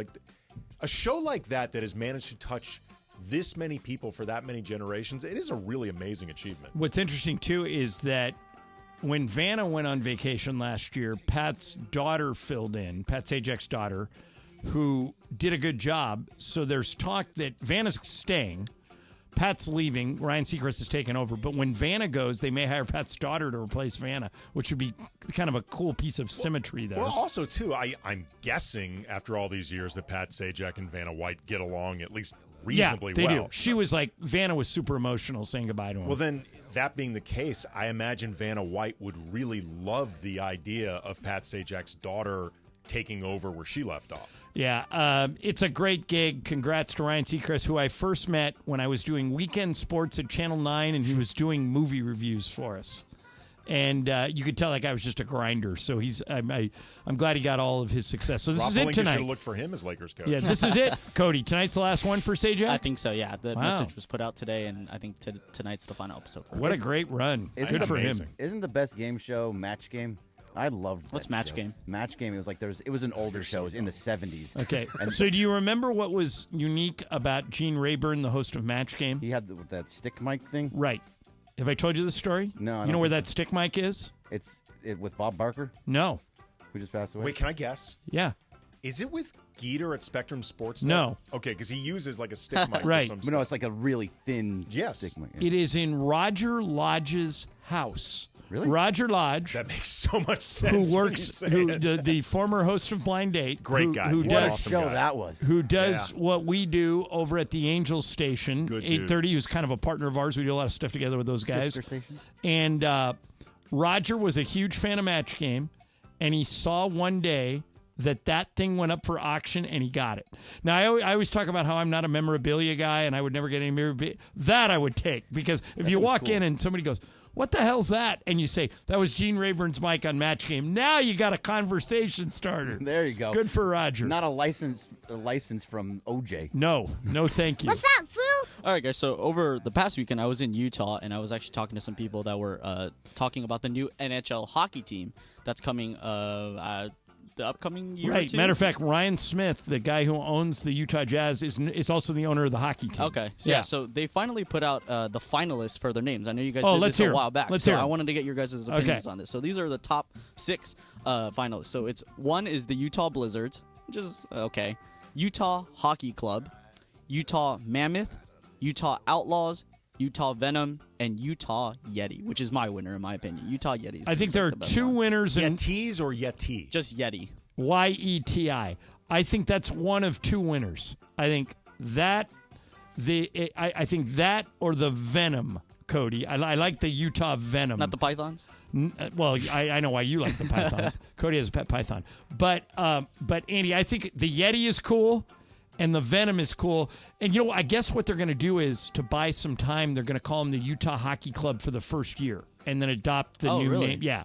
And then adopt the new name after that. But, Greg, I would go with either Yeti or Venom. I like Yeti. I think it might be a little bit too, it's not close, but too on brand with Colorado Avalanche. I think that's a little too close. Oh, that's good. But I do like, what was it, Hockey Club? I like keeping it as Hockey Club. Just like I think Washington should have stuck to the football team. Yeah. Well, did you guys read this to piggyback on Cody's point? Well, first of all, Andy, which one of those names did you go with? I would either go with Venom or Yetis. I don't like Yeti singular for this. I don't You think don't it works like as Miami singular. Heat? I agree. Yetis makes more sense. Yetis makes more sense because Utah Yetis. You wouldn't send out. It sounds like you're talking about old women, doesn't it? You wouldn't send out Old one Jewish Yeti women. to go play hockey. You'd send out a bunch of Yetis. Yeah, the Exactly, Yentas? exactly. The Yeah, I'm Utah with you. Yentas? Utah Yentas. No, did you guys see this? To Greg, to your Makes point, sense in Utah. Magic Johnson's one of the owners of the Commanders. Yeah. They're talking about changing the name again. What? Go back to the Washington football team. Be the woofed. They that say way. they don't love Commanders. That was a Daniel Snyder choice. They think in 1 to 2 years they're changing the name again. I mean, make up your friggin' mind. Yes, Pythons. That'd be perfect. Pythons, Washington Pythons. All right, you got one more? We done. I got one more. Okay. So Will Smith recently in an interview said that he felt that The Pursuit of Happiness was his best movie, and a close second was Men in Black. I know, Andy, you're a movie buff. Do you agree with Will Smith's assessment, his own assessment of The Pursuit of Happiness is his best movie of all time? I don't think it's his best movie of all time, but I believe he got an Oscar nomination for it. It's a really good movie. I think his biggest grossing movie of all time is Independence Day. Or Men in Black. Men in Black is one of his And you haven't best hit my movies. favorite Will Smith movie yet. Favorite Will Smith King movie. Richard? Watch it every time I come on. No, I thought he was great in King Richard. That, Hitch? by the way, that's what. Yes. Who said Hitch? Me. That is- Yeah. Every time Hitch comes on, I watch That it. is absolutely not one of his best movies. What are you talking about? Hitch is a flawless movie. Kevin good movie. James, who is just okay, is it kills it in Hitch. It's Kevin James's best movie. It's Amber Valletta's best movie. It is Ava Mendez's best movie, and it is a great Will Smith performance. You know what's one of my favorite both Will Smith movies and performance? That movie he did, Enemy of the State. Oh, Yeah, really That's good. really, I can't believe you don't really like good. Hitch. Hitch is awesome. Hitch is really good. By the way, Pursuit I of have a Happiness. reason why I like Hitch. So picture this. The NBA Finals are going on in Boston right now. The Laker Hotel where we stay at in Boston is right around the corner from a movie theater. So 20 plus years ago, I'm sitting around one night. I got nothing going on. I pull up the times of the movies. And at 8 o'clock at the movie theater across the way, $1 Million Baby is playing. And everybody says, you got to see this movie. It's going to win Best Picture. It's great. It did. So I go see $1 Million Baby, and spoiler alert, it's 20 years old, I know. But never saw it. at the end, Hilary Swank is a boxer, and Clint Eastwood is her trainer. And he puts her into a fight he shouldn't put her into, and she basically gets killed. She gets put in the hospital and knocked into a coma, and it's super depressing at the end. Ugh. And I walk out of that movie. I go, I can't believe everybody told me to watch this movie. It's like the world's most depressing thing. I mean, it's good, yeah, but Jesus. And I look up, Andy, you know how when you're... So picture me walking out of the movie theater, and it says 10:20 Hitch. And I go, I got to get this $1 Million Baby out of my mind. I'm going to watch the first 20 minutes of this movie just so I can walk back to the hotel and not be freaked out. So I walk into Hitch. And after 20 minutes, I thought it was great. I stayed for the whole 2 hours, watched the movie, and now I watch it whenever it comes on. I can't believe you don't like it. You like movies. I do like movies. I just don't like Hitch. What is wrong with you? I like many, many movies. Hitch is just not high on the list. That is ridiculous. Pursuit of Happiness? Nobody? Oh, I love Pursuit of Happiness. That's my favorite. Yeah, it's okay. One of Kind of serious for me. Do you not like rom-coms? They can be hit or miss for me. You like When Harry Met Sally? I love When Harry Met Sally. And you don't like Hitch? When Harry Met Sally is a way better movie than Hitch. Oh, please. I've never seen it when Harry Met Sally. Oh, you What gotta- is wrong with you? You gotta right? watch that. That's a good 1989? one. Before you were born? Yeah. Yeah. You can still What go year were back you and watch born? 2002. There are so many movies that you still have to see. When Harry Met Sally's definitely on that list of Yeah. movies I need to see for sure. Yeah, well, when you move to Bristol, trust me, you have nothing to do, so you're going to be able to watch all these Do things. you want me to do a Twitter poll? What's a better movie, When Harry Met Sally or Hitch? No, I'm not saying it's not as better, but they're in the same class. They're they're both films. Well, how about this? Both rom-coms. All right, how about this? On a scale of 1 to 100, what would you give Hitch? It's like a 50. That's an so F? low. No, it's I'd like give it a perfect- solid 80. It's like a perfectly average. All right, do that as a total. Scale 1 to 100, what score would you give Hitch? Okay. I'll put that out right now at Cam tell me what Brothers. happens. All right, coming up next, huge series. Huge. Tonight in New York, Dodgers-Yankees. Is it a World Series preview? And I've got bad news. One of the Yankees' biggest stars is out. We'll fill you in on that next. Mason in Ireland, ESPN LA.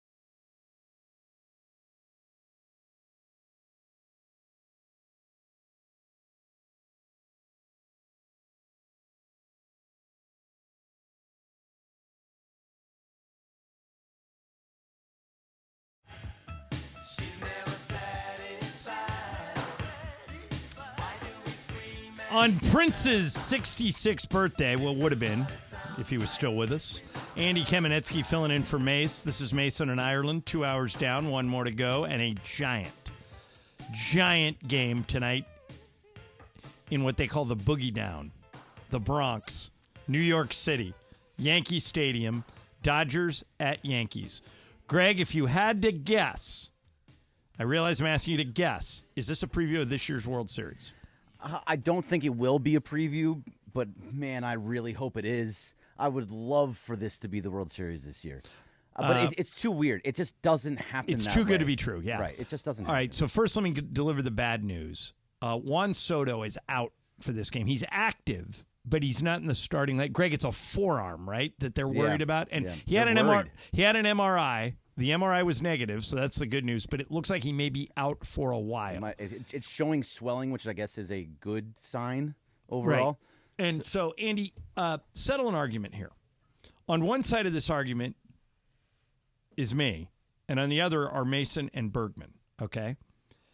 Mason and Bergman are not the least bit concerned about the Dodgers. They think this is baseball. It's a long season. We're only in June. There is nothing to worry about. They both predict the Dodgers will be in the World Series when all this ends. I think the Dodgers are the same team they've been for the past 2 years. They have gaping holes in the bottom of the lineup. I'm concerned that they don't have enough starting pitching.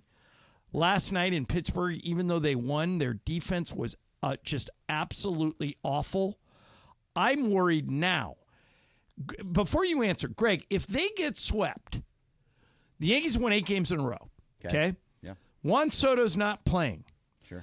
Yamamoto tonight, Glasnow on Sunday night. Stone tomorrow. Yeah, so you've got the pitchers you want. Right.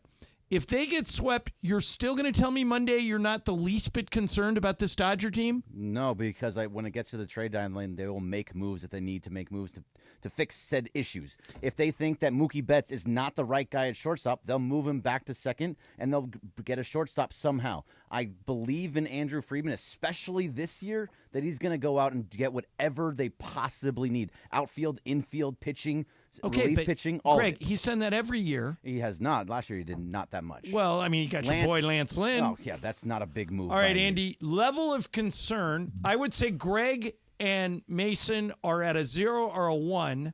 I'm at probably a 6 or a 7. Who's closer to being right? I'm actually about in the middle of you guys. I'm at about a 4, and it's in part because I'm not convinced this is going to be the roster come playoff time. Exactly. Like, if this is the roster come playoff time, I'm closer to where you are, John, just because I feel like that back part of the lineup is an issue, and it's not going to get better. Like, I would have cut bait on Gavin Lux years ago. Chris Taylor is looking long in the tooth. Kike has not been good. Has been horrible. I have concerns about, you always worry about bullpen, even though it's not necessarily a problem now, but it's such a crapshoot. It can be so unpredictable.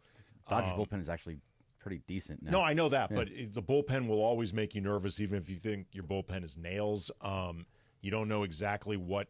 Is there a version of Walker Buehler that you can rely on come playoff time? Like, you know what I'm saying? Because he is somebody that people have talked about being one of the reasons that you wouldn't worry come September. Like, what will Clayton Kershaw be when he is finally back? Like, there's a lot, honestly, about this team that we don't know yet. See, and the biggest thing, John, that I'm not worried about it because they just have to get into the playoffs. When you get into they're the in. There are 7 games up in the division. 8 now. Yeah. So no matter what, there's still 8 games up in the division. They're one of 4 teams in the entire National League with a above 500 record. Right, but They're Greg, the 4th best record in baseball? What makes you think that this year will be different from last season or the season before that? I believe that Shohei Ohtani, who has not been in any playoff games, I completely understand that, will show up in the big moments because he has every time outside of MLB. Like, he showed up in the WBC. He's always shown up anytime he's played anywhere else in a big moment. So I feel like this weekend is also a big moment for him. All right, agree or disagree with this? I think if you made me pick between the 25-man roster of the Dodgers and the 25-man roster of the Yankees, I would take the Yankees. And I would take Shohei first, and I would take Mookie second. Mm-hmm. But I think when you go 3 through 25, the Yankees are deeper and better. What do you think? So they probably they're deeper in a lot of positions, and especially look at the bottom of our lineup. But you still have to, and look at their starting pitching. Yeah, you still have Freddie Freeman on the Dodgers that you have to remember. Yep. He's going to start to he'll pick it up eventually. Homered last night? Yeah, he did. He's going to start picking it back up. I'm not worried about him at all. Will Smith is the best catcher in baseball. I truly believe that. He's playing at an all-star level. He is. Glasnow is a good pitcher, and so is Yamamoto, pitching really, really well. So at least you have those guys that can get you through a bunch of these games.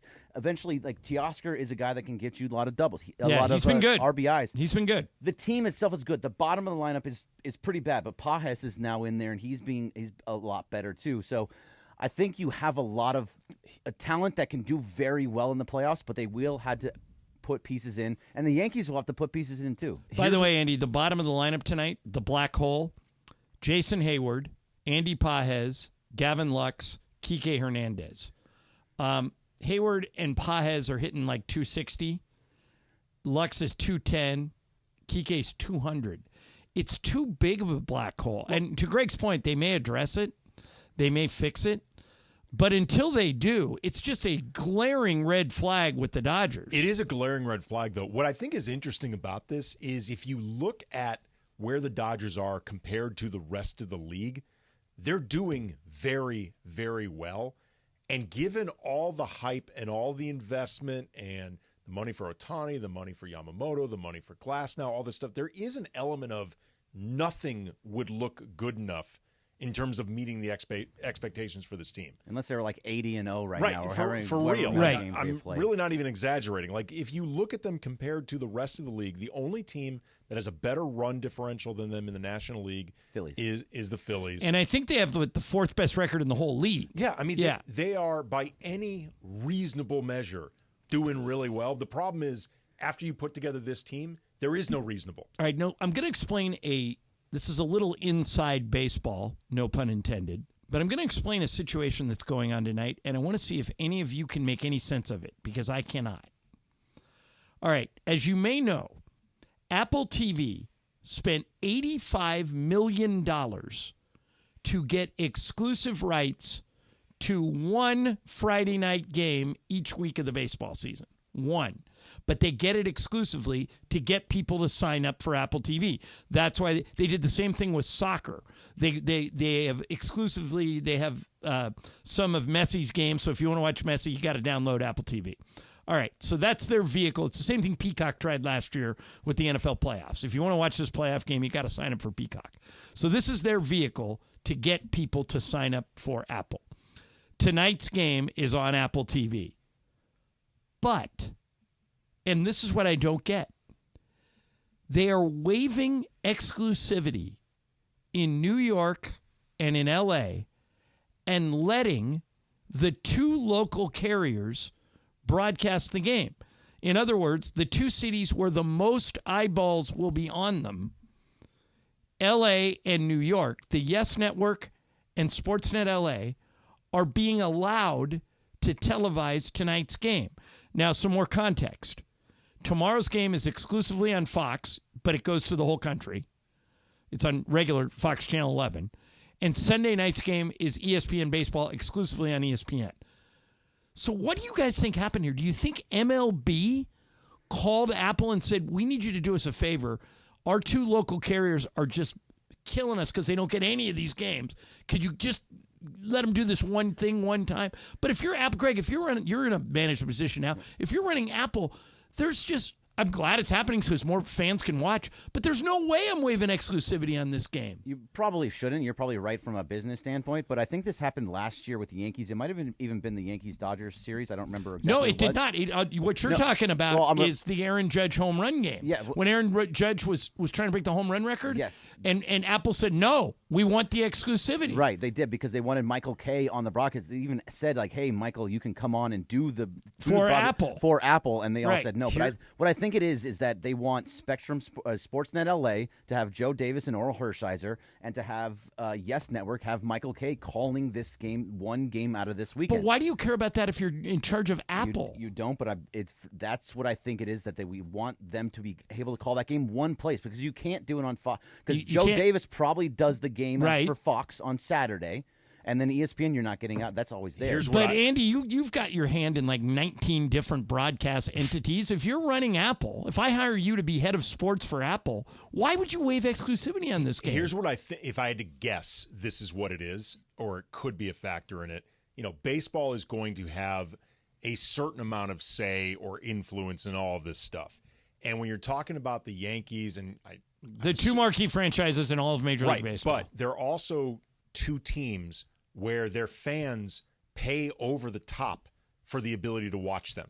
So in this situation, you're potentially creating it where you're paying customers who already paid extra to be able to watch you are being told you can't watch the team that you paid for unless you get yet another subscription. It's a preemptive move to keep from ticking off baseball fans? Yes. Maybe. That's my theory, because I mean, that's a tough pill to swallow if you're a Dodger fan paying extra for, Spectrum Sportsnet, and then you're being told, yeah, this doesn't matter. You have to buy yet another purchase, like yet another streaming service. And particularly if you're somebody who's getting fed up with the idea and you're like, you know what, I'm just going to cut my cord. Like, what do I need this for if eventually all these games are going to be on the streamers? I imagine you've got one entity leaning on baseball. Baseball then leans on Apple TV. That's my guess. If I was running Apple TV, Greg, what I would say is, okay, you want to give me exclusivity? Give me some of that $85 million back. This is my marquee game. Maybe they do. This is my marquee game of the season. This is the biggest. This is exactly why we gave you the $85 million. For that game, yeah. Right. So if you want me to give it back to New York and LA, give me a couple $1 million and I'll do it. I mean, that, like Andy said, that's possible that did happen. They probably may have paid for some of that. I don't know, though. Yeah. But so the good news is, if you're a Dodger fan, you can watch it tonight on Sportsnet LA. Right now, Hartung, by the way, it starts in 45 minutes because the game's in New York. It starts at 4 o'clock. But right now, Hartung's on with, Jay Hare and all those guys. And I'm glad we get to watch him. I'm glad we get Joe and Oral. But I'm shocked absolutely stunned that Apple waived exclusivity and is letting New York and LA in. Okay, speaking of TV, Adam Silver had his annual Game 1 state of the art, things last night. State of the Union. And they asked him about the future of the NBA on TNT. If you're a fan, you won't like what he said. We'll share that with you coming up next. Andy Kamenetsky and for Mace, I'm John Ireland, ESPN LA. Next Gen is...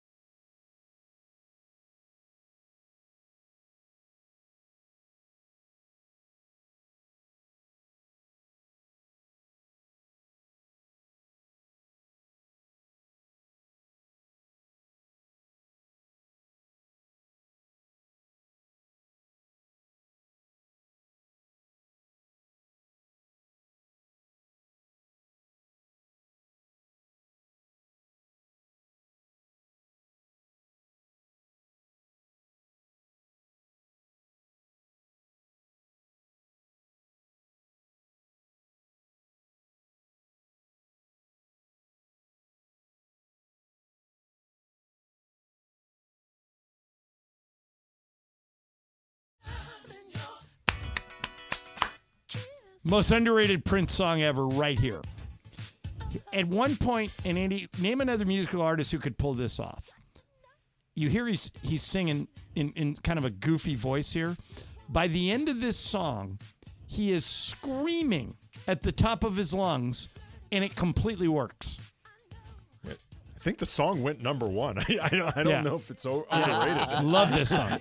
All right, we have struck a nerve in the romantic comedy. It was a number one worldwide hit. I think it was properly rated. All right, good.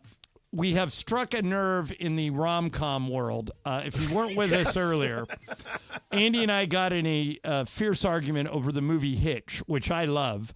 I said on a scale of 1 to 100, I'd give it an 85. Andy said he would give it a 50. Now, you put up a poll. How did you word the poll? On a scale of 1 to 100, what would you give the Will Smith, Kevin James movie Hitch? Okay. So that's, by the way, kudos to you. That's very honest and does not tilt the result in any way. How's it going so far? It's a pretty wide spectrum of grade, but I would say the majority would probably grade out closer to you than me. Sampling, Crypto Ray. That movie slaps with a 75. Mitch Marchand, strong 8. Jorge giving it 100. Wow. There's also Radio Michael fan, Great. 50. I didn't watch that movie. Ireland will understand. He's talking about how I've never seen Coco, but I still say that Finding Nemo is way better than Coco. Beto and Whittier's giving it a 1. 1 out of 100? Aaron Palmer, a -40. Gray Ghost, 60. At Lakers are Rad, 92. Candace Simpson, 80. I was told by, I believe, Erica Thomas on Twitter. I rarely agree. Here it is. You're going to lose badly, Andy. I rarely agree with John, but Hitch is a near perfect rom-com, 98. And 98, Erica. Okay, That a girl. This is my favorite comment from @CrashX55. Knowing what we know now about Will and Jada, would you really take dating advice from Will and any character? That's a good point. It's a very strong Andy, point. what's the perfect rom-com to you then? Perfect rom-com? Whoa. When Harry Met Sally is actually really, really good. My Best Friend's Wedding, excellent. That's a good movie. Although it's funny, you watch it now, a little bit of it ages bad. I'll tell you what ages awful. And I had not seen this movie in at least a good 15 to 20 years. But for whatever reason, my wife and daughter and I watched it. You've Got Mail. Oh, my God. Tom Hanks's character is awful. Wait a minute. Horrible person. Horrible person. Wait a minute. Horrible. This is like, you guys are like when Russillo says Pam on The Office is evil. Joe Fox? Yeah, he is manipulating the The hell whole out time of Meg, he's manipulating out of Meg her. Ryan. Like, he is a terrible person to her. Like, I never really realized it in the moment, but my God, he's two awful. different But it worked. He got her at the end. But that doesn't mean he's not a terrible character. You can do terrible things. If it works, you're still terrible. Any real female would be like, what is wrong with like you, he's you a psychopath? Stalker. He's a psychopath. Yeah. Say Anything is a great romantic, really romantic comedy. Sleepless in Seattle. Much better. Tom Hanks, Yes, Meg Ryan. and Meg Ryan. Jerry Maguire, I think. I mean, it's a sports movie in a lot of ways, but it's also kind of a romantic comedy. I think Something About Mary. Yeah. I just watched that the other day. I'd forgotten how funny It's that very movie funny. is. Very funny. Yeah, and there's so many things you don't see coming, and there's Something About Mary. Have you ever seen Crazy Stupid Love? Yeah, I loved it. I've never seen it. Really, really good. That's a good Well, and by the rom-com. way, the cast in that movie It's is incredible. Ryan Yeah, Gosling, Emma Stone, Steve Carell. Who plays Steve Carell's? Julianne Moore. Julianne Moore. Yeah. And then Marissa Tomei is the woman Right. that she... Yeah, that's a good movie too. Andy, do me a favor. Sometime in the next 6 months, watch Hitch again. I think you're going to realize that you missed out. Well, the according first time. to Alex at Alex27519296, it's trash. Great Ghost. The perfect rom-com is Wedding Crashers. That is very good. Another Alex. Oh no, at 805 Raider, based on my interest, 0. And there we go. Well, he has to watch Aiden O'Connell play quarterback this year. That's true. Yeah, trust me, rent that movie. It might be better than some of the Raider games.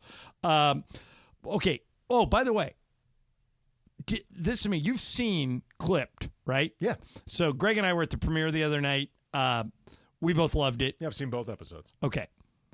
This stunned me. Read an interview today with Lawrence Fishburne. Not only had never met Doc Rivers, had never heard of him. Didn't know anything about him. And he actually, when you watch him, kind of embodies Doc. I'm like, wow, he's doing a really good job. Had no idea who he was. And same thing with Ed O'Neill. Had never met Sterling, didn't really know him. And then he read the script and went, oh, this is too fun, I can't pass it up. I mean, you're talking about two good actors, so Right. They study the real life people. But this gets back to I thought about this when you sent me these comments from Fishburne, not knowing who Doc Rivers is. I think because of the industry that we're in, and also all of us like at least some sports, you forget that the majority of people out there are not sports fans. Like, most people are not sports fans. And if you're not like a sports fan, there's a really good chance you're not going to know who Doc Rivers is. Like, a friend of mine. I don't think it matters, though. I think you can still enjoy Clipped if you don't know the backstories on all these people. Absolutely. But just the idea that Lawrence Fishburne wouldn't know who Doc Rivers is, it doesn't surprise me because I've never heard about him being a sports fan before, and he confirmed in this interview he's not. If you're not a sports fan, why would you know who Doc Rivers is? Yeah, fair enough. Okay, so I mentioned that Adam Silver was talking last night for his annual State of the Union press conference at the NBA Finals. And reading between the lines, Andy, it hasn't been formally announced. Adam says it's coming. It'll be announced probably by the end of the finals. TNT is done broadcasting NBA games. Yeah. Starting in 2 years. They'll have a contract next year. But starting in 2 years, the games are going to be divided, at least it appears so, between ABC ESPN, who has some of the games now, NBC, who hasn't had them for a long time, but they're coming back. I think they're bringing back the John Tesh song. Yep, and Amazon. Those are going to be the three outlets, which means the end of Inside the NBA with Ernie, Shaq, Charles, and Kenny. I know money talks. Do you think sports fans will care at all that TNT goes away? Or do you think they just want to watch the games and wait? And people like me and you are making a big deal out of it, and the average fan doesn't care. You know, it's funny actually. I think it was on the Bomani Jones episode that I was talking about earlier. Yeah. He raised a point that it's unanswerable for now. We'll know in the future. The uproar that we're seeing over this, how much of this is genuine uproar versus we're seeing it all on social media, and all people do on social media is actually complain? Like, that's what you do on social media, on Twitter, is you complain about whatever. But I kind of feel like we're all going to get by without Inside the NBA. It's a great show, but we'll get by without it. I feel like if the games are good, people are going to go see them wherever they are. I do too. It's going to be kind of weird not having them on TNT, but I don't know how much they actually change, how much it actually fundamentally changes NBA basketball. Changing subjects on you. Have you read the Vin Scully book that Tom Hofthorth wrote, Perfect Eloquence? No, but I'm aware that congrats to Tom. Yeah, I gave it to Greg today. I've read it. Greg's going to love it because he's a big Vin Scully fan. Love him. Dodgers sent something out on social media yesterday that, again, I'm not telling you guys anything you don't know, but again proves there is and will always be only one Vin Scully. We'll share it with you next. Andy Kamenetsky in for Mace. I'm John Ireland, ESPN LA. But first, let me tell you about Southern California Toyota. Toyota and the Southern California Toyota dealers have been in business with the Lakers for 48 years. That's as long of an association between a company and a team in LA that I can remember. And here's why. Year after year, Toyota delivers quality, reliability, and simply the best vehicles on the road. And right now, brand new inventory is waiting for you. Choose from an amazing selection of cars, trucks, crossovers, SUVs, and EVs. Great deals waiting for you now. All you got to do is see your Southern California Toyota dealers or visit Toyota.com. Toyota, we make it easy. Hey guys, it's Cappy here, and I want to talk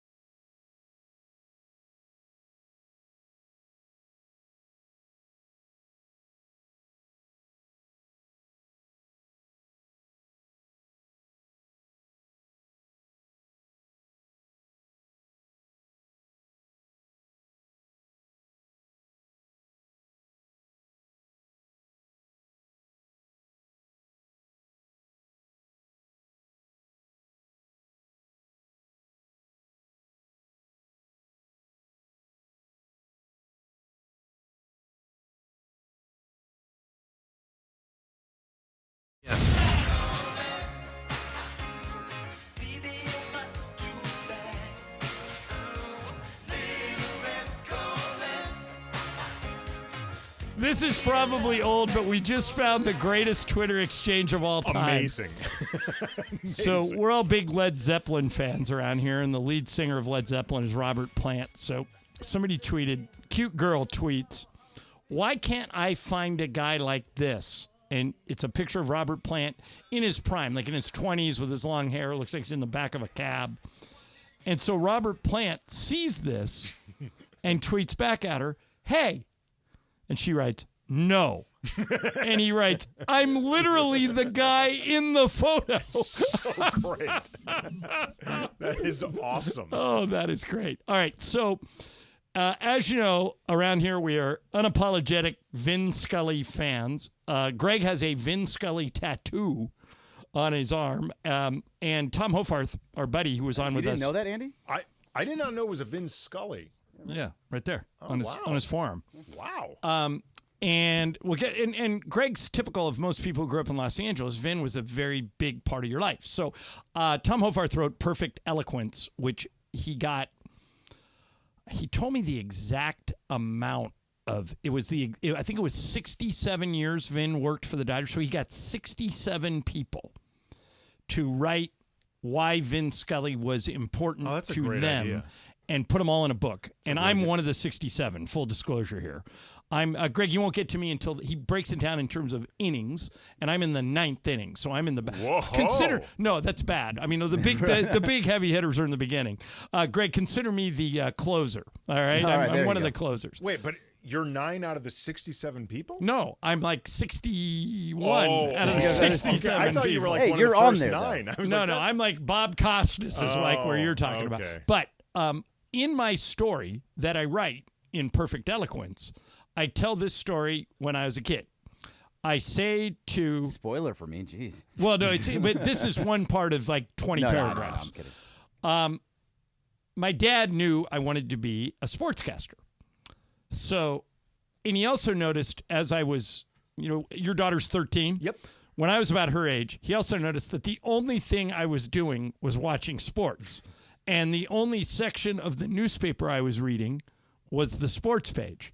This is back, Cody, before your time. We actually used to read the paper. I'm going to say, Yeah. what is that type of device? No, it would be delivered to your house and you would read it. I love he said device.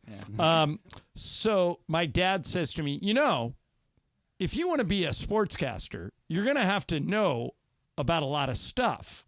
And I said, no, I don't. I just need to know how to describe the games. And his response to me was, listen to Vin Scully. He talks about everything. So yesterday, and here's a great example of what my dad was talking about. Yesterday was the 80th anniversary of D-Day, arguably the most famous military day in United States history. And so Vin Scully is working on June 6th at Dodger Stadium. I don't know exactly what year. And he opened his broadcast. This runs a little more than 2 minutes, but because it's Vin Scully, we don't care. And again, this is in the middle of a baseball game, okay? So this is what my dad was talking about, whereas if you're going to be a good sportscaster, you need to know about more than just sports. Here's Vin on D-Day talking to the Dodger audience. We're talking a little bit because of the importance of the day, June the 6th, 1944, D-Day. And it brings up the thought, even the great minds have severe doubts. General Eisenhower wrote 2 letters. One saying to the troops, you're on a great crusade. The eyes of the world are on you.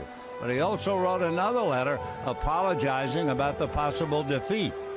He began that letter by saying, I have withdrawn the troops.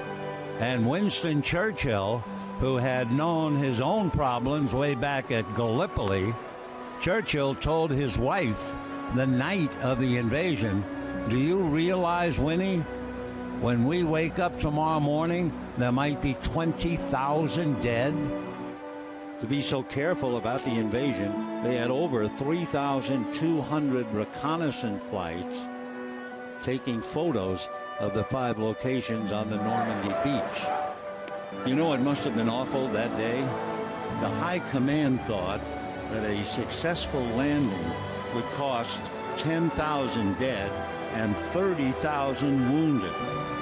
Though they had to be ready for that, and you can imagine the troops watching them load up 30,000 stretchers, and 60,000 blankets. And you're waiting to get aboard and hit the beach. I mean, this dude was a walking history lesson. First of all, the way he told that was incredibly dramatic and heartfelt. That was during a game? Like they were warming up to pitch the beginning of the inning. Okay. And so he comes back on and says, where, the pitchers are warming up, getting ready. Got it. So that ran like a minute and 40 seconds. But Andy, he would do stuff like that every game. Well, every game. And I used to say he was a historian, an entertainer, and a sportscaster all at the same time. Baseball lends itself to that because the pacing is so slow and there's so much time to fill. And because Vin was such a natural storyteller and so good at it, and he understood the pace of baseball so well, he had this amazing ability to just like tell these stories, interrupt himself in a way that felt natural to let you know what was happening in the game, go back to the story in a way you could keep following it, go back to the game. Like he could simultaneously tell two stories, the story he was telling in baseball at the same time. It's really amazing. Greg, I would argue that if you just listened to Vin Scully every game he did for 162 games, you would be able to teach a class in whatever you chose. You could teach a class in popular culture. You could teach a class in history. You could teach a class in music and in art. The dude was one of one, and I miss him every single day. And it's very much what Andy's talking about, just weaving in and out of the game and the story, and is all by himself, too. I know he had people with him every once in a while, but for the most part, he was by himself, and to be able to do that was just amazing. My favorite thing, it's kind of a silly thing, but he would always he'd be telling a story, and he's talking about the game, and he'd go, and there's Raul Mondesi tying his shoes in right field. Or he'd go like this. He'd go, and then the patient died outside ball one. But, he always loved to go to the crowd. Oh, look at the baby right there. That is a great place. Your mommy and daddy are loving you right now for seeing a baseball game. It's interesting what you said, though, about Vin working by himself. Vin could work with a partner. Could. But he was at his best when he was by himself. And I was always mad that in that movie For the Love of the Game with Kevin Costner, I know Steve Lyons and I like him, but that they put Steve Lyons with Vin. You had Vin. Yeah. You had Sinatra. Why are you giving him a backup singer? You know what's funny is when I was doing work early in my career with the LA Times covering the Dodgers and even some stuff like for ESPN, the magazine, sort of stringer work, but they would need me to find baseball players. I'd be in the press box, and I would see Vin Scully all the time, and I never, ever introduced myself, never said hello, because I just felt like I don't want to waste his time. I don't want to bother him. By all accounts, he's an incredibly nice person, very gracious. Andy, read this book. You will hear story after story of people. There's a woman who was the only female writer covering the Dodgers, and they were giving her a hard time because back when things were less accepted, like what's the woman doing in the men's locker room? And she said every time she went to the press room, she would go sit in the corner by herself because she didn't want to bother anybody. And she said without fail, Vin Scully would walk in, put her tray right next down to her, and just to make her feel comfortable. That's cool. There's probably 100 pictures in the book of people that met Vin, and all they wanted to do was take a picture. And you can tell that these are like prized possessions of everybody in there. I'll end on this, and then we'll get to Game of Games. Vin was only on our show 3 times. Hung up on him once. We yelled at Greg for 20 minutes about that. But Vin was only on our show 3 times. The first time was, Greg, was before we had you. They called Dave Singer and said, hey, my name is so-and-so. Somebody calls Singer and goes, my name is so-and-so. I'm a baseball scout. I'm doing a fundraiser to raise money for baseball scouts, and it's next Saturday. Do you think the guys would mention it? And Dave said, well, that's not really what we do. Send me the information, and we'll try. And the guy goes, well, I'm pretty good friends with Vin Scully.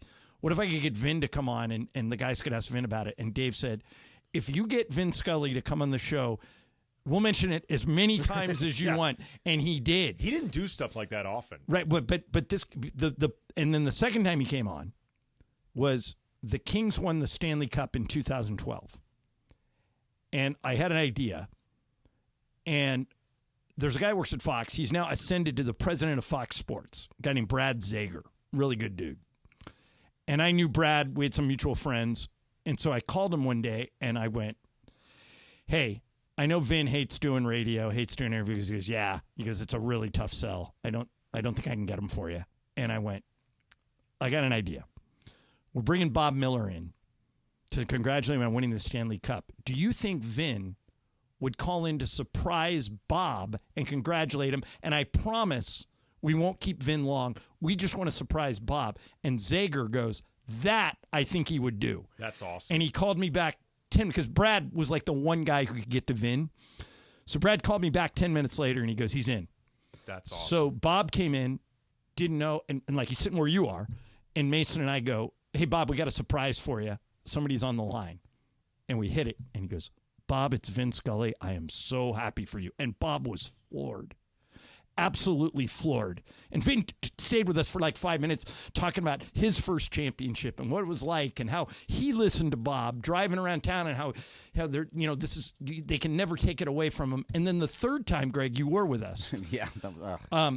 I won't talk about you hanging up on him, but it was not my fault. That was the time he was retiring, and Lon Rosen, who we've known forever, we said, Lon, you got to get him Vin before he retires. He goes, just quit bothering me. I will do it. Just trust me, I'll do it. And Lon, man of his word, said Vin will do it. And we come on, and Mason and I are coming on, and Greg, I don't know if you remember this, but we said, we welcome to the program Vin Scully, and he goes, guys, can I start with something? And we said, sure. Like, what are we going to do, say no? No, Vin, this is our show. We're going to control the thing. Thank you. And this is what he said. He goes, I want to start by thanking you guys for being so nice to me over the years. And he goes, I realize that sports radio is where criticism is honed, and you guys, it's your job to be critical. And I just thought you guys, and really everyone in the LA market, was extraordinarily nice to me almost always, and I want to thank you for that. And I'm like, are you kidding me? He didn't give you an awful lot to criticize. I mean, you want to be bulletproof. Vin Scully gives you a pretty good model. Andy, get that book. Okay, Perfect Eloquence. I gave it to Greg today. You're going to read it really fast. No, yeah. I'm going to read right through that as soon as I can. But I just wanted to give one last thing. You mentioned for the love of the game. This is just something that he did really, really well. That line that he has where he says, the cathedral that is Yankee Stadium belongs to a chapel. That was completely him. He completely made up the whole thing for the movie. Because Costner's character was named Billy Chapel. Right. The other thing he said that I thought was great was he said, at this point, Billy Chapel isn't pitching against the Yankees. He's pitching against time. Yeah, he's so good. I mean, that one line is just absolutely perfect. And he said something like, he goes, and he's asking the baseball gods to just give him one more pitch that he can get out of that arm and see if he can make the sun go back up in the sky. And I went, oh, my gosh. I mean, this guy is like, there's nobody like him. This is why I think it's important for people who care about sports, care about these teams, care about your L.A. sports legacy, that like Chick has a statue in front of the crypt. Because for kids who are much too young to have ever heard Chick, you might get asked, who is that? Right. And then they learn about him, or like the tributes to Vin Scully at Dodger Stadium. It's an organic way for kids who are big fans of this team to learn about these legends. It's like whenever I see the Dodgers or a Dodger beat writer write, they just write in initials, ITFDB. Mm-hmm. And you know exactly what they're talking about. It's time for Dodger baseball. As you can tell, we could talk about Vin Scully forever, but we got to get to Game of Games. It's Greg's game today. We'll do it next, ESPN LA.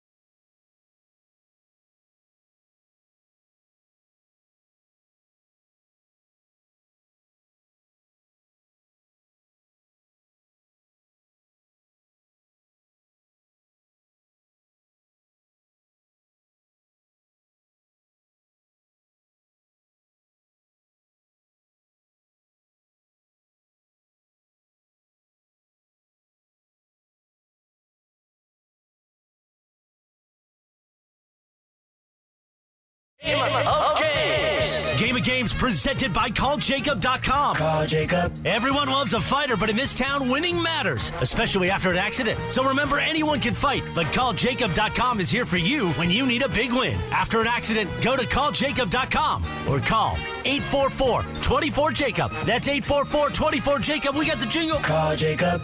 Thank you. Game of Games time. Take it away, Mace. All right, no Mace today. Andy Kamenetsky in for Mace, and we welcome to the program the great DeMarco Farr. D-Farr, how are you? What is happening? I'm good. What's going on, man? All right, reminder, Game of Games is brought to you by Jacob and Ronnie. Everybody loves a fighter, but in this town, winning matters, especially after an accident. So remember, anyone can fight. But Jacob is here for you when you need a big win after an accident. Go to calljacob.com. or call 844-24-JACOB. It is Greg Bergman's game today. 4 players. Cody Lou. I think Cappy's going to play too, I think. Cap, are you there? I'm here. Can I play? Yeah, absolutely. So we have 5 players. Cody Lou, Andy Kamenetsky, DeMarco Farr, Scott Kaplan, and me. Greg, what do we got? So today is National Donut Day. So I have a bunch of facts. It's either or, more or less, true or false, any of those things. Okay, go for it. All right. So number 1, Americans consume more or less than 9.7 billion donuts a year, John. Less. Less. Andy. Less. Cody. Less. DeMarco. More. Cappy. More. It is more. It's over 10 billion. Wow. Over 10 billion donuts. That's a lot of year. friggin' donuts. All right, DeMarco Wow. and Cap are on the board. Mace used to have a lot, not anymore. That's true. Yeah, he's working out. Summer shred. Number 2 is true or false. The holes in donuts were created by a ship's captain named Gregory. He put a fried dough pastry through the spokes of the steering wheel and made donuts. Is that true or false, Andy? False. Cody. I'll go true. DeMarco. Sounds good, but false. Cappy. I'm going to also say false. John. I'll let Cody live on an island. I'll go false. Cody's the only right one. Yes, let's go. The origin of donuts to some people. Yeah, You're he would kidding. stick them onto the steering wheel because he needed Gregory stick together. That's right. Number 3, true or false? At the 1933 Chicago Fair celebrations, the donut was given the title of Hit Food of the Century of Progress. Is that true or false, Cody? I'll go true. DeMarco. That sounds great. True. Cappy. False. John. I'm with Cap. False. Andy. False. It's true. Let's And go, that- Damn it. DeMarco. So as of right now, on. Cody has 2, DeMarco has 2, Cappy has 2, and John and Andy, nothing. Got you right where we want you. All right, number 4. The average donut contains more or less than 450 calories, DeMarco. True. Well, more or less than More. 450. More. Yes, Sorry. DeMarco. True. I'm with you. Cappy. More or less Yeah. than 450 calories, Yep. the average donut? Yep. I'm going to say less. Okay, John. I'm with Cap. That's a lot of calories. I'll go less. Andy. Less. Cody. Let's go with less. It is less. Only Nice. DeMarco missed that one. All right, so It's- Cody's it's around 3 for 250 to 300. 250. Okay. Yeah. All right. Number 5, true or false? Balut is a donut-like pastry in the Philippines that has a partially developed duck egg and then boiled inside of it. So is that sometimes there are even little tiny feathers in it when you eat it. Is that true or false? And we go with Cappy on this one. Detail there. I actually know this one. I'm going to say false. Okay, John? You put way too much detail into that. I'm going false. Right. Andy? False. Cody? False.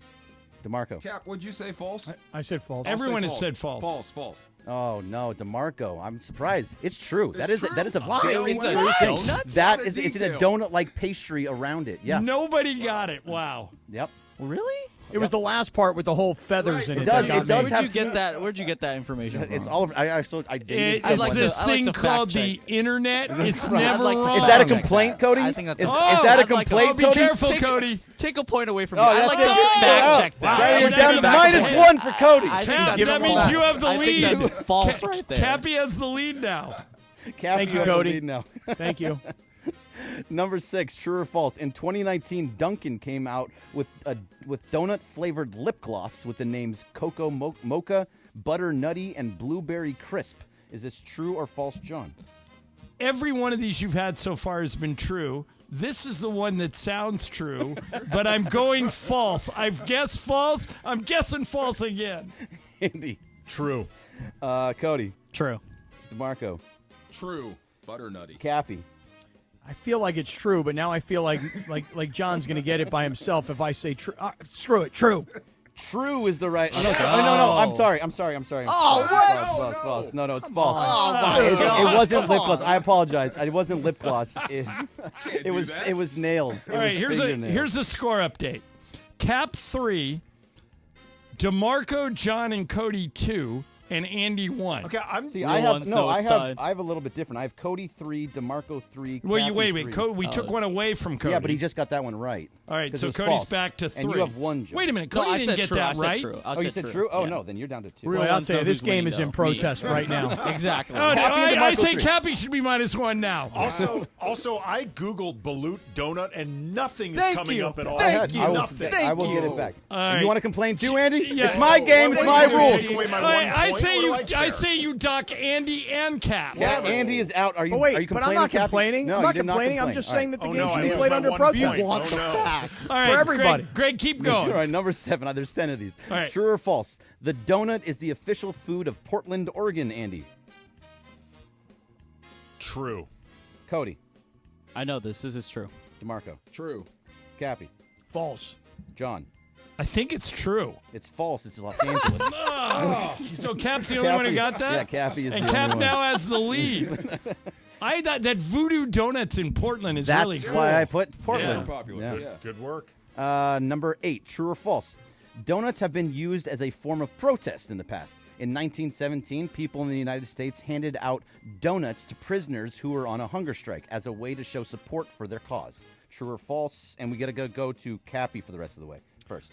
I'm going to say, based on if you're on a hunger strike, then why would somebody hand you that? I'm going to say false. This goes to DeMarco. False. Cody. Let's go true. Andy. False. John. Cappy's logic makes perfect sense, but I need to catch up. That's points against. True. It is true. Let's go. And I actually copied and pasted it exactly how it was written. So Nice. All right, so Greg, give a score update. All right, I got Cappy 4, DeMarco 3, Cody 3, Andy 1, Come John for you, 2. Cap. I have 3 now because I got that one right. By the way, @NoEasy has just weighed in on Twitter. There is no pastry or donut in balut. And I've Andy, tried you're it. out. Thank you're down you. to 0. The facts. Number We just 9. want the I'm going to facts. find the No site easy again and I'll All tell right, you. so wait. Facts. Hey, there's 2 left, right, Greg? Do I still have the site up? Yes. Okay. There are 2 left. All right, so Cappy has 4, and all the remaining players have 3, and Andy's out. Right? Yeah, Andy's out. You're done. Good. Okay. Goodbye, Andy. Good. Thank you, Andy. All right, so go. I'll Number win this 9. Number Go. 9. True or false? Spelling donut DONUT and DOUGHNUT are both correct spelling. True or false, Cappy? True. John. False. Cody. I think this is true. DeMarco. True. It is true. John, I I'm think out. you're done. Yeah, I'm out. Okay, All right. so Go. Cody has 4, DeMarco has 4, Cappy has 5. Cappy, you have to go first. DeMarco and Cody, you have to go opposite. Go, Greg. Number 10, how many donuts would you have to stack on top of each other to get to the top of the Empire State Building? 3,660 or 6,830? Cap? 3,000 or 6,000? 6,000. DeMarco. All right, so, DeMarco, you got to go 3, and Cody has to go 3. You both go 3? Yep. Yeah. It is 3, so we're all tied all the way through. All right, the tiebreaker's in. All God, right, get I'm ready to always write. blowing it. Get ready to write something down. Here you go, DeMarco. Give me a pen. Thank you. You ready? Okay. I got my pen. I got my paper. You got DeMarco. Here you go. Oh, there we go. This one's for all the Balut fans out there. Hey, I took it off a website. Balut fans. How many donuts would it, or no, so if you went to the Grand Canyon's narrowest point, how many donuts would you have to string together on a line to get to the other side? Closest. Okay, so you're standing on one side of the Grand Canyon. If you strung donuts to the other side, Right. The how many narrowest point. donuts would it take? How many donuts would it take? The All right, narrowest Cap, do you have a number? I do. What is your number? My number is 1. All right, DeMarco, what's your DeMarco, number? It's closest, not closest without going over, so you're screwed. Yeah, The narrowest point. yeah, it's got to be thousands. How many? 25,000. Okay, Cody, what'd you write? I'll say 27,000. Good to go 27,000. It's 253,440. Cody Lou! let's Cody go. gets a Come victory. on, man. Let's go. All right, throw me that on. pen, D-Far. You were right there. You're right there, Captain. All I mean, I right. You don't blow need it nothing but every no donuts. time, dude. I find a You're way like, to lose well, every time. Jacob and Ronnie has like 7 consecutive silver medals. So, Cap, you get way. the silver medal today, along with DeMarco. Cody, hit the super stager. ESPN AM 710 Los Angeles. KRDC AM 1110 Pasadena, Los Angeles. K256CX 99.1 FM Pasadena, Los Angeles. It's the greatest segment in LA sports radio history. Oh my God. When the shows come together for magic on the radio. It will only grow stronger. Super Crosstalk. Are we ready for Sedano and Cap to join Mason and Ireland? Super Crosstalk begins. Super Crosstalk, presented by Coors Light. Coors Light, made to chill. It's time for Super Crosstalk. All right, it is time for Super Cross Talk, and we have DeMarco Farr, Scott Kaplan, Andy Kamenetsky all joining. All right, D-Far, here's an important one. You too, Cap. Yeah. Have you, yes or no, have you seen the movie Hitch with Will Smith? Yes. Cappy, have you? No. All right, DeMarco, on a scale of 1 to 100, what would you give that movie? 1 to 100? Yeah. It's past 50. 70, 75? That's a win for me. I loved that movie. I gave it Yeah. an 85. Andy thought it sucked. He gave it a 50. You did? Why? I've only seen it once. Not I a big remember Kevin seeing James it. guy? That's part of it. I'm Okay. not a big Kevin James guy. Yeah. I like Will This Smith. is by the way, this is, you remember the movie True Lies? Yeah. Yeah. Okay. That one I know. All right. So Tom Arnold is great in that movie. Fantastic. Most other things Tom Arnold was in, he was not great.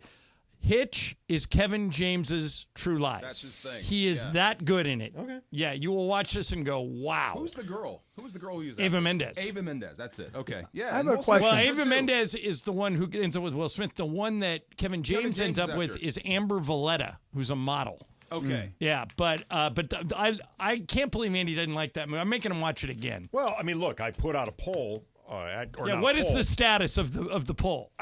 It's still, I would say, overall swings in your favor, but there is a decent amount of it ain't that good. Of Hitch hate? Yeah. Hitch hate. hey, I have a question about Kevin James, by the way. Yeah. So, like, he's going to play John Daly, Cap, in the Is John he Daly really? movie. Oh, that Yeah. makes sense. Yeah, that Just seems saw that's his pretty good. stand-up. It's pretty good. Yeah. Oh, was it good? I just saw Mark? his stand-up. Yeah, it's pretty good. So I don't like have a strong feeling about Kevin James one way or the other. You know, it's not like I love the guy and I think he's awesome, or I hate the guy and I think he's terrible. That's kind of how I feel about him. I'm not a big fan. I don't dislike him. Yeah, but what was that movie with Adam Sandler and Rob Schneider and David Spade and Chris Rock, where they're all like high school classmates? Grown-ups.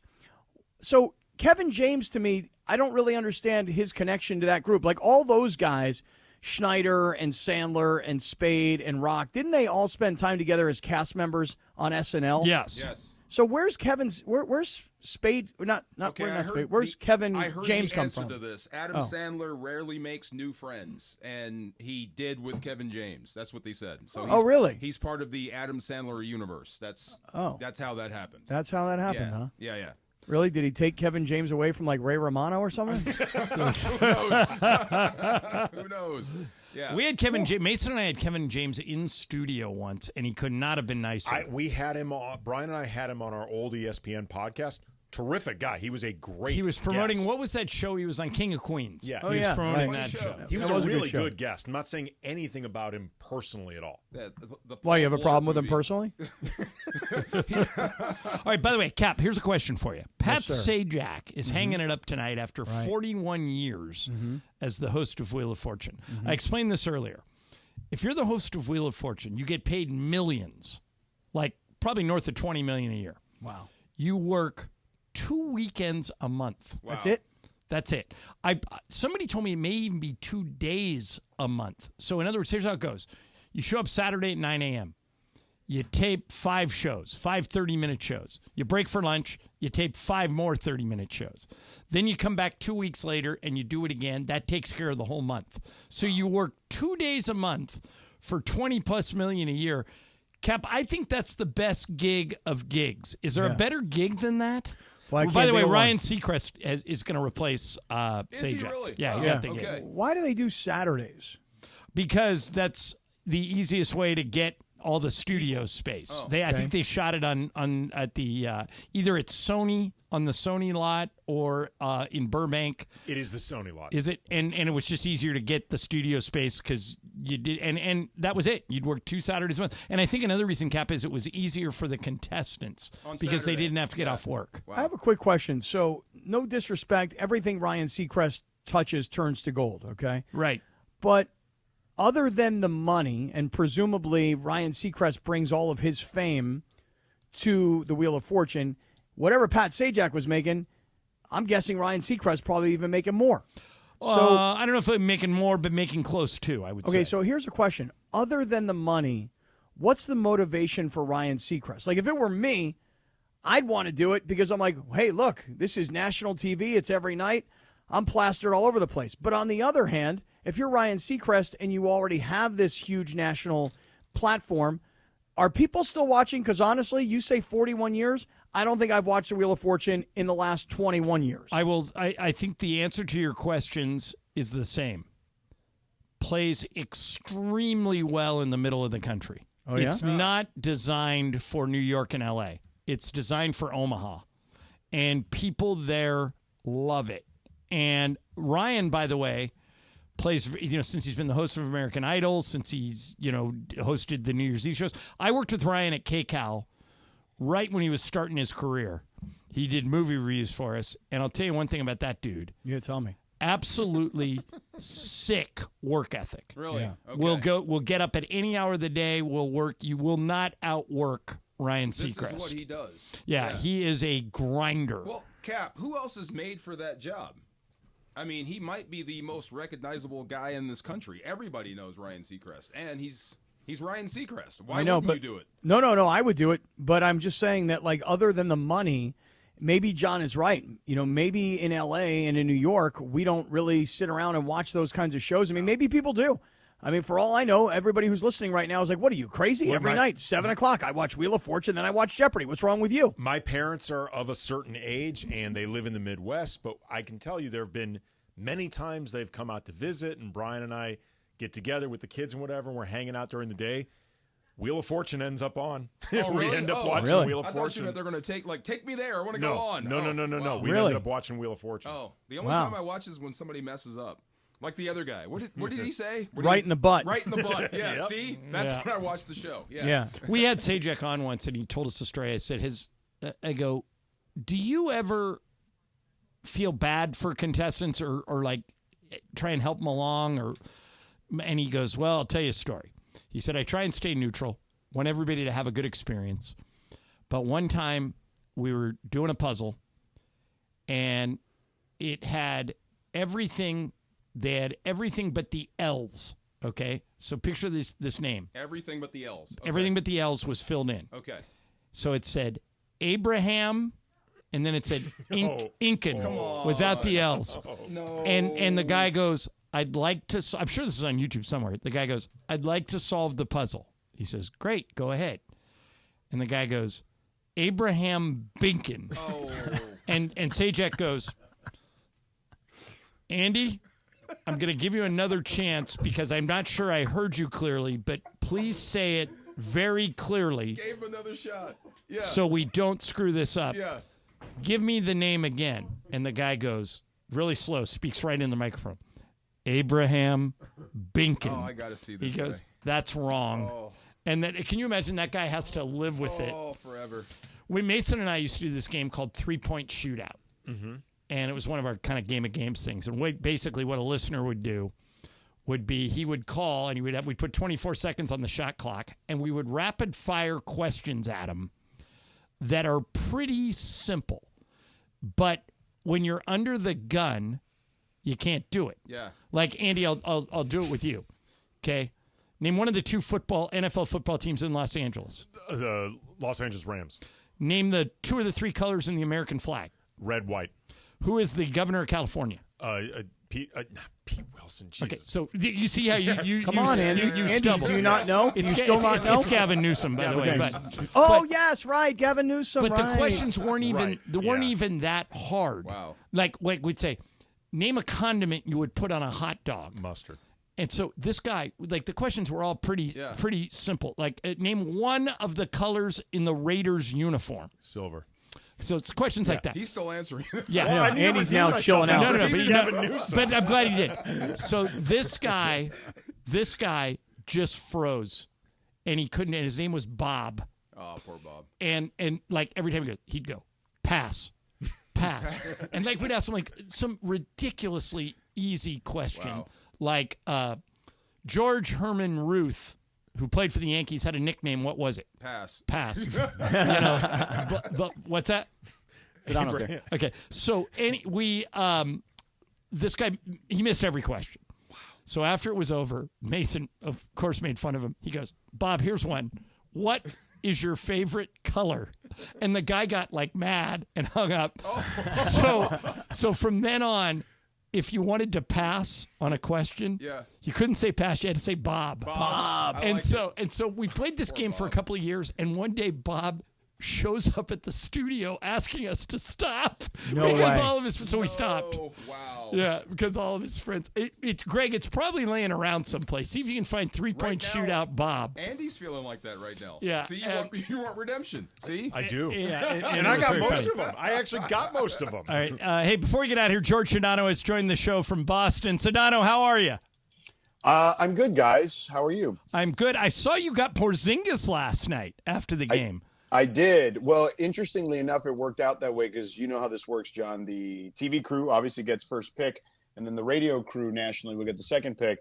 But nowadays, remember back in the day, it was always the coaches doing the in-quarter interviews. Right. Well, now some of the players are doing it. So Lisa Salters coincidentally had Kristaps Porzingis already booked to do the third quarter interview instead of Joe Mazzulla. Well, lucky so you. I ended up with Porzingis. Yes. I said, George, today to Andy, I said, one thing that's not getting talked about enough is the Celtics defense. I thought Drew Holiday, Porzingis, and Jaylen Brown locked up the Mavericks. They only had 9 assists, their fewest level in the whole year. Luka was off. Kyrie was off. I think if Porzingis and Holiday play defense like that, this could be a wrap in 5 or 6. What do you think? Yeah, I would agree with that. I would also say that Dallas's offense didn't help them, John. And what I mean by that is they were trying to bully them.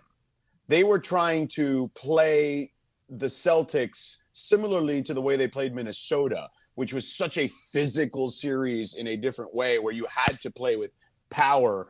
And I feel like that got them out of their game a little bit, which is to move the ball and to have Kyrie and Luka specifically move the ball. So because of that, I felt like the Celtics defense and then the fact that they also challenged Kristaps Porzingis a ton, which I get. The guy's coming off an injury, hasn't played in 37 days. Sure. I think they kind of got too wrapped up in that. And I think that helped the Celtics defense because it felt like it was very much a lot of one-on-one stuff particularly. All right, I'll leave you guys with this.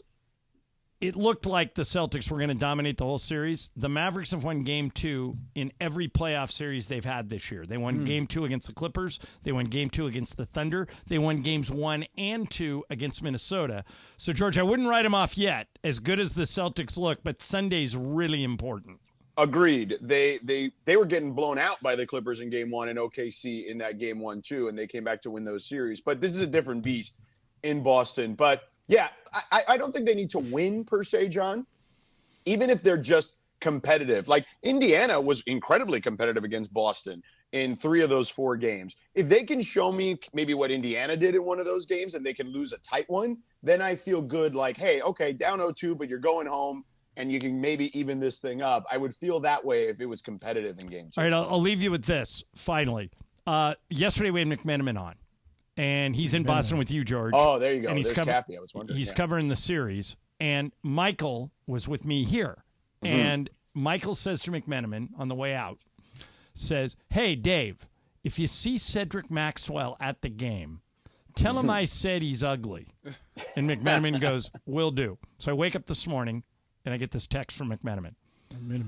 I passed on Michael's message to Cedric. Here's what he said, quote, well, you tell him I got a message for him, too. F you. And you can pass that message on to James Worthy, too. So you got that to look forward to. Sonato and Cap coming up next. Thank you, Andy. Mason and Ireland's done.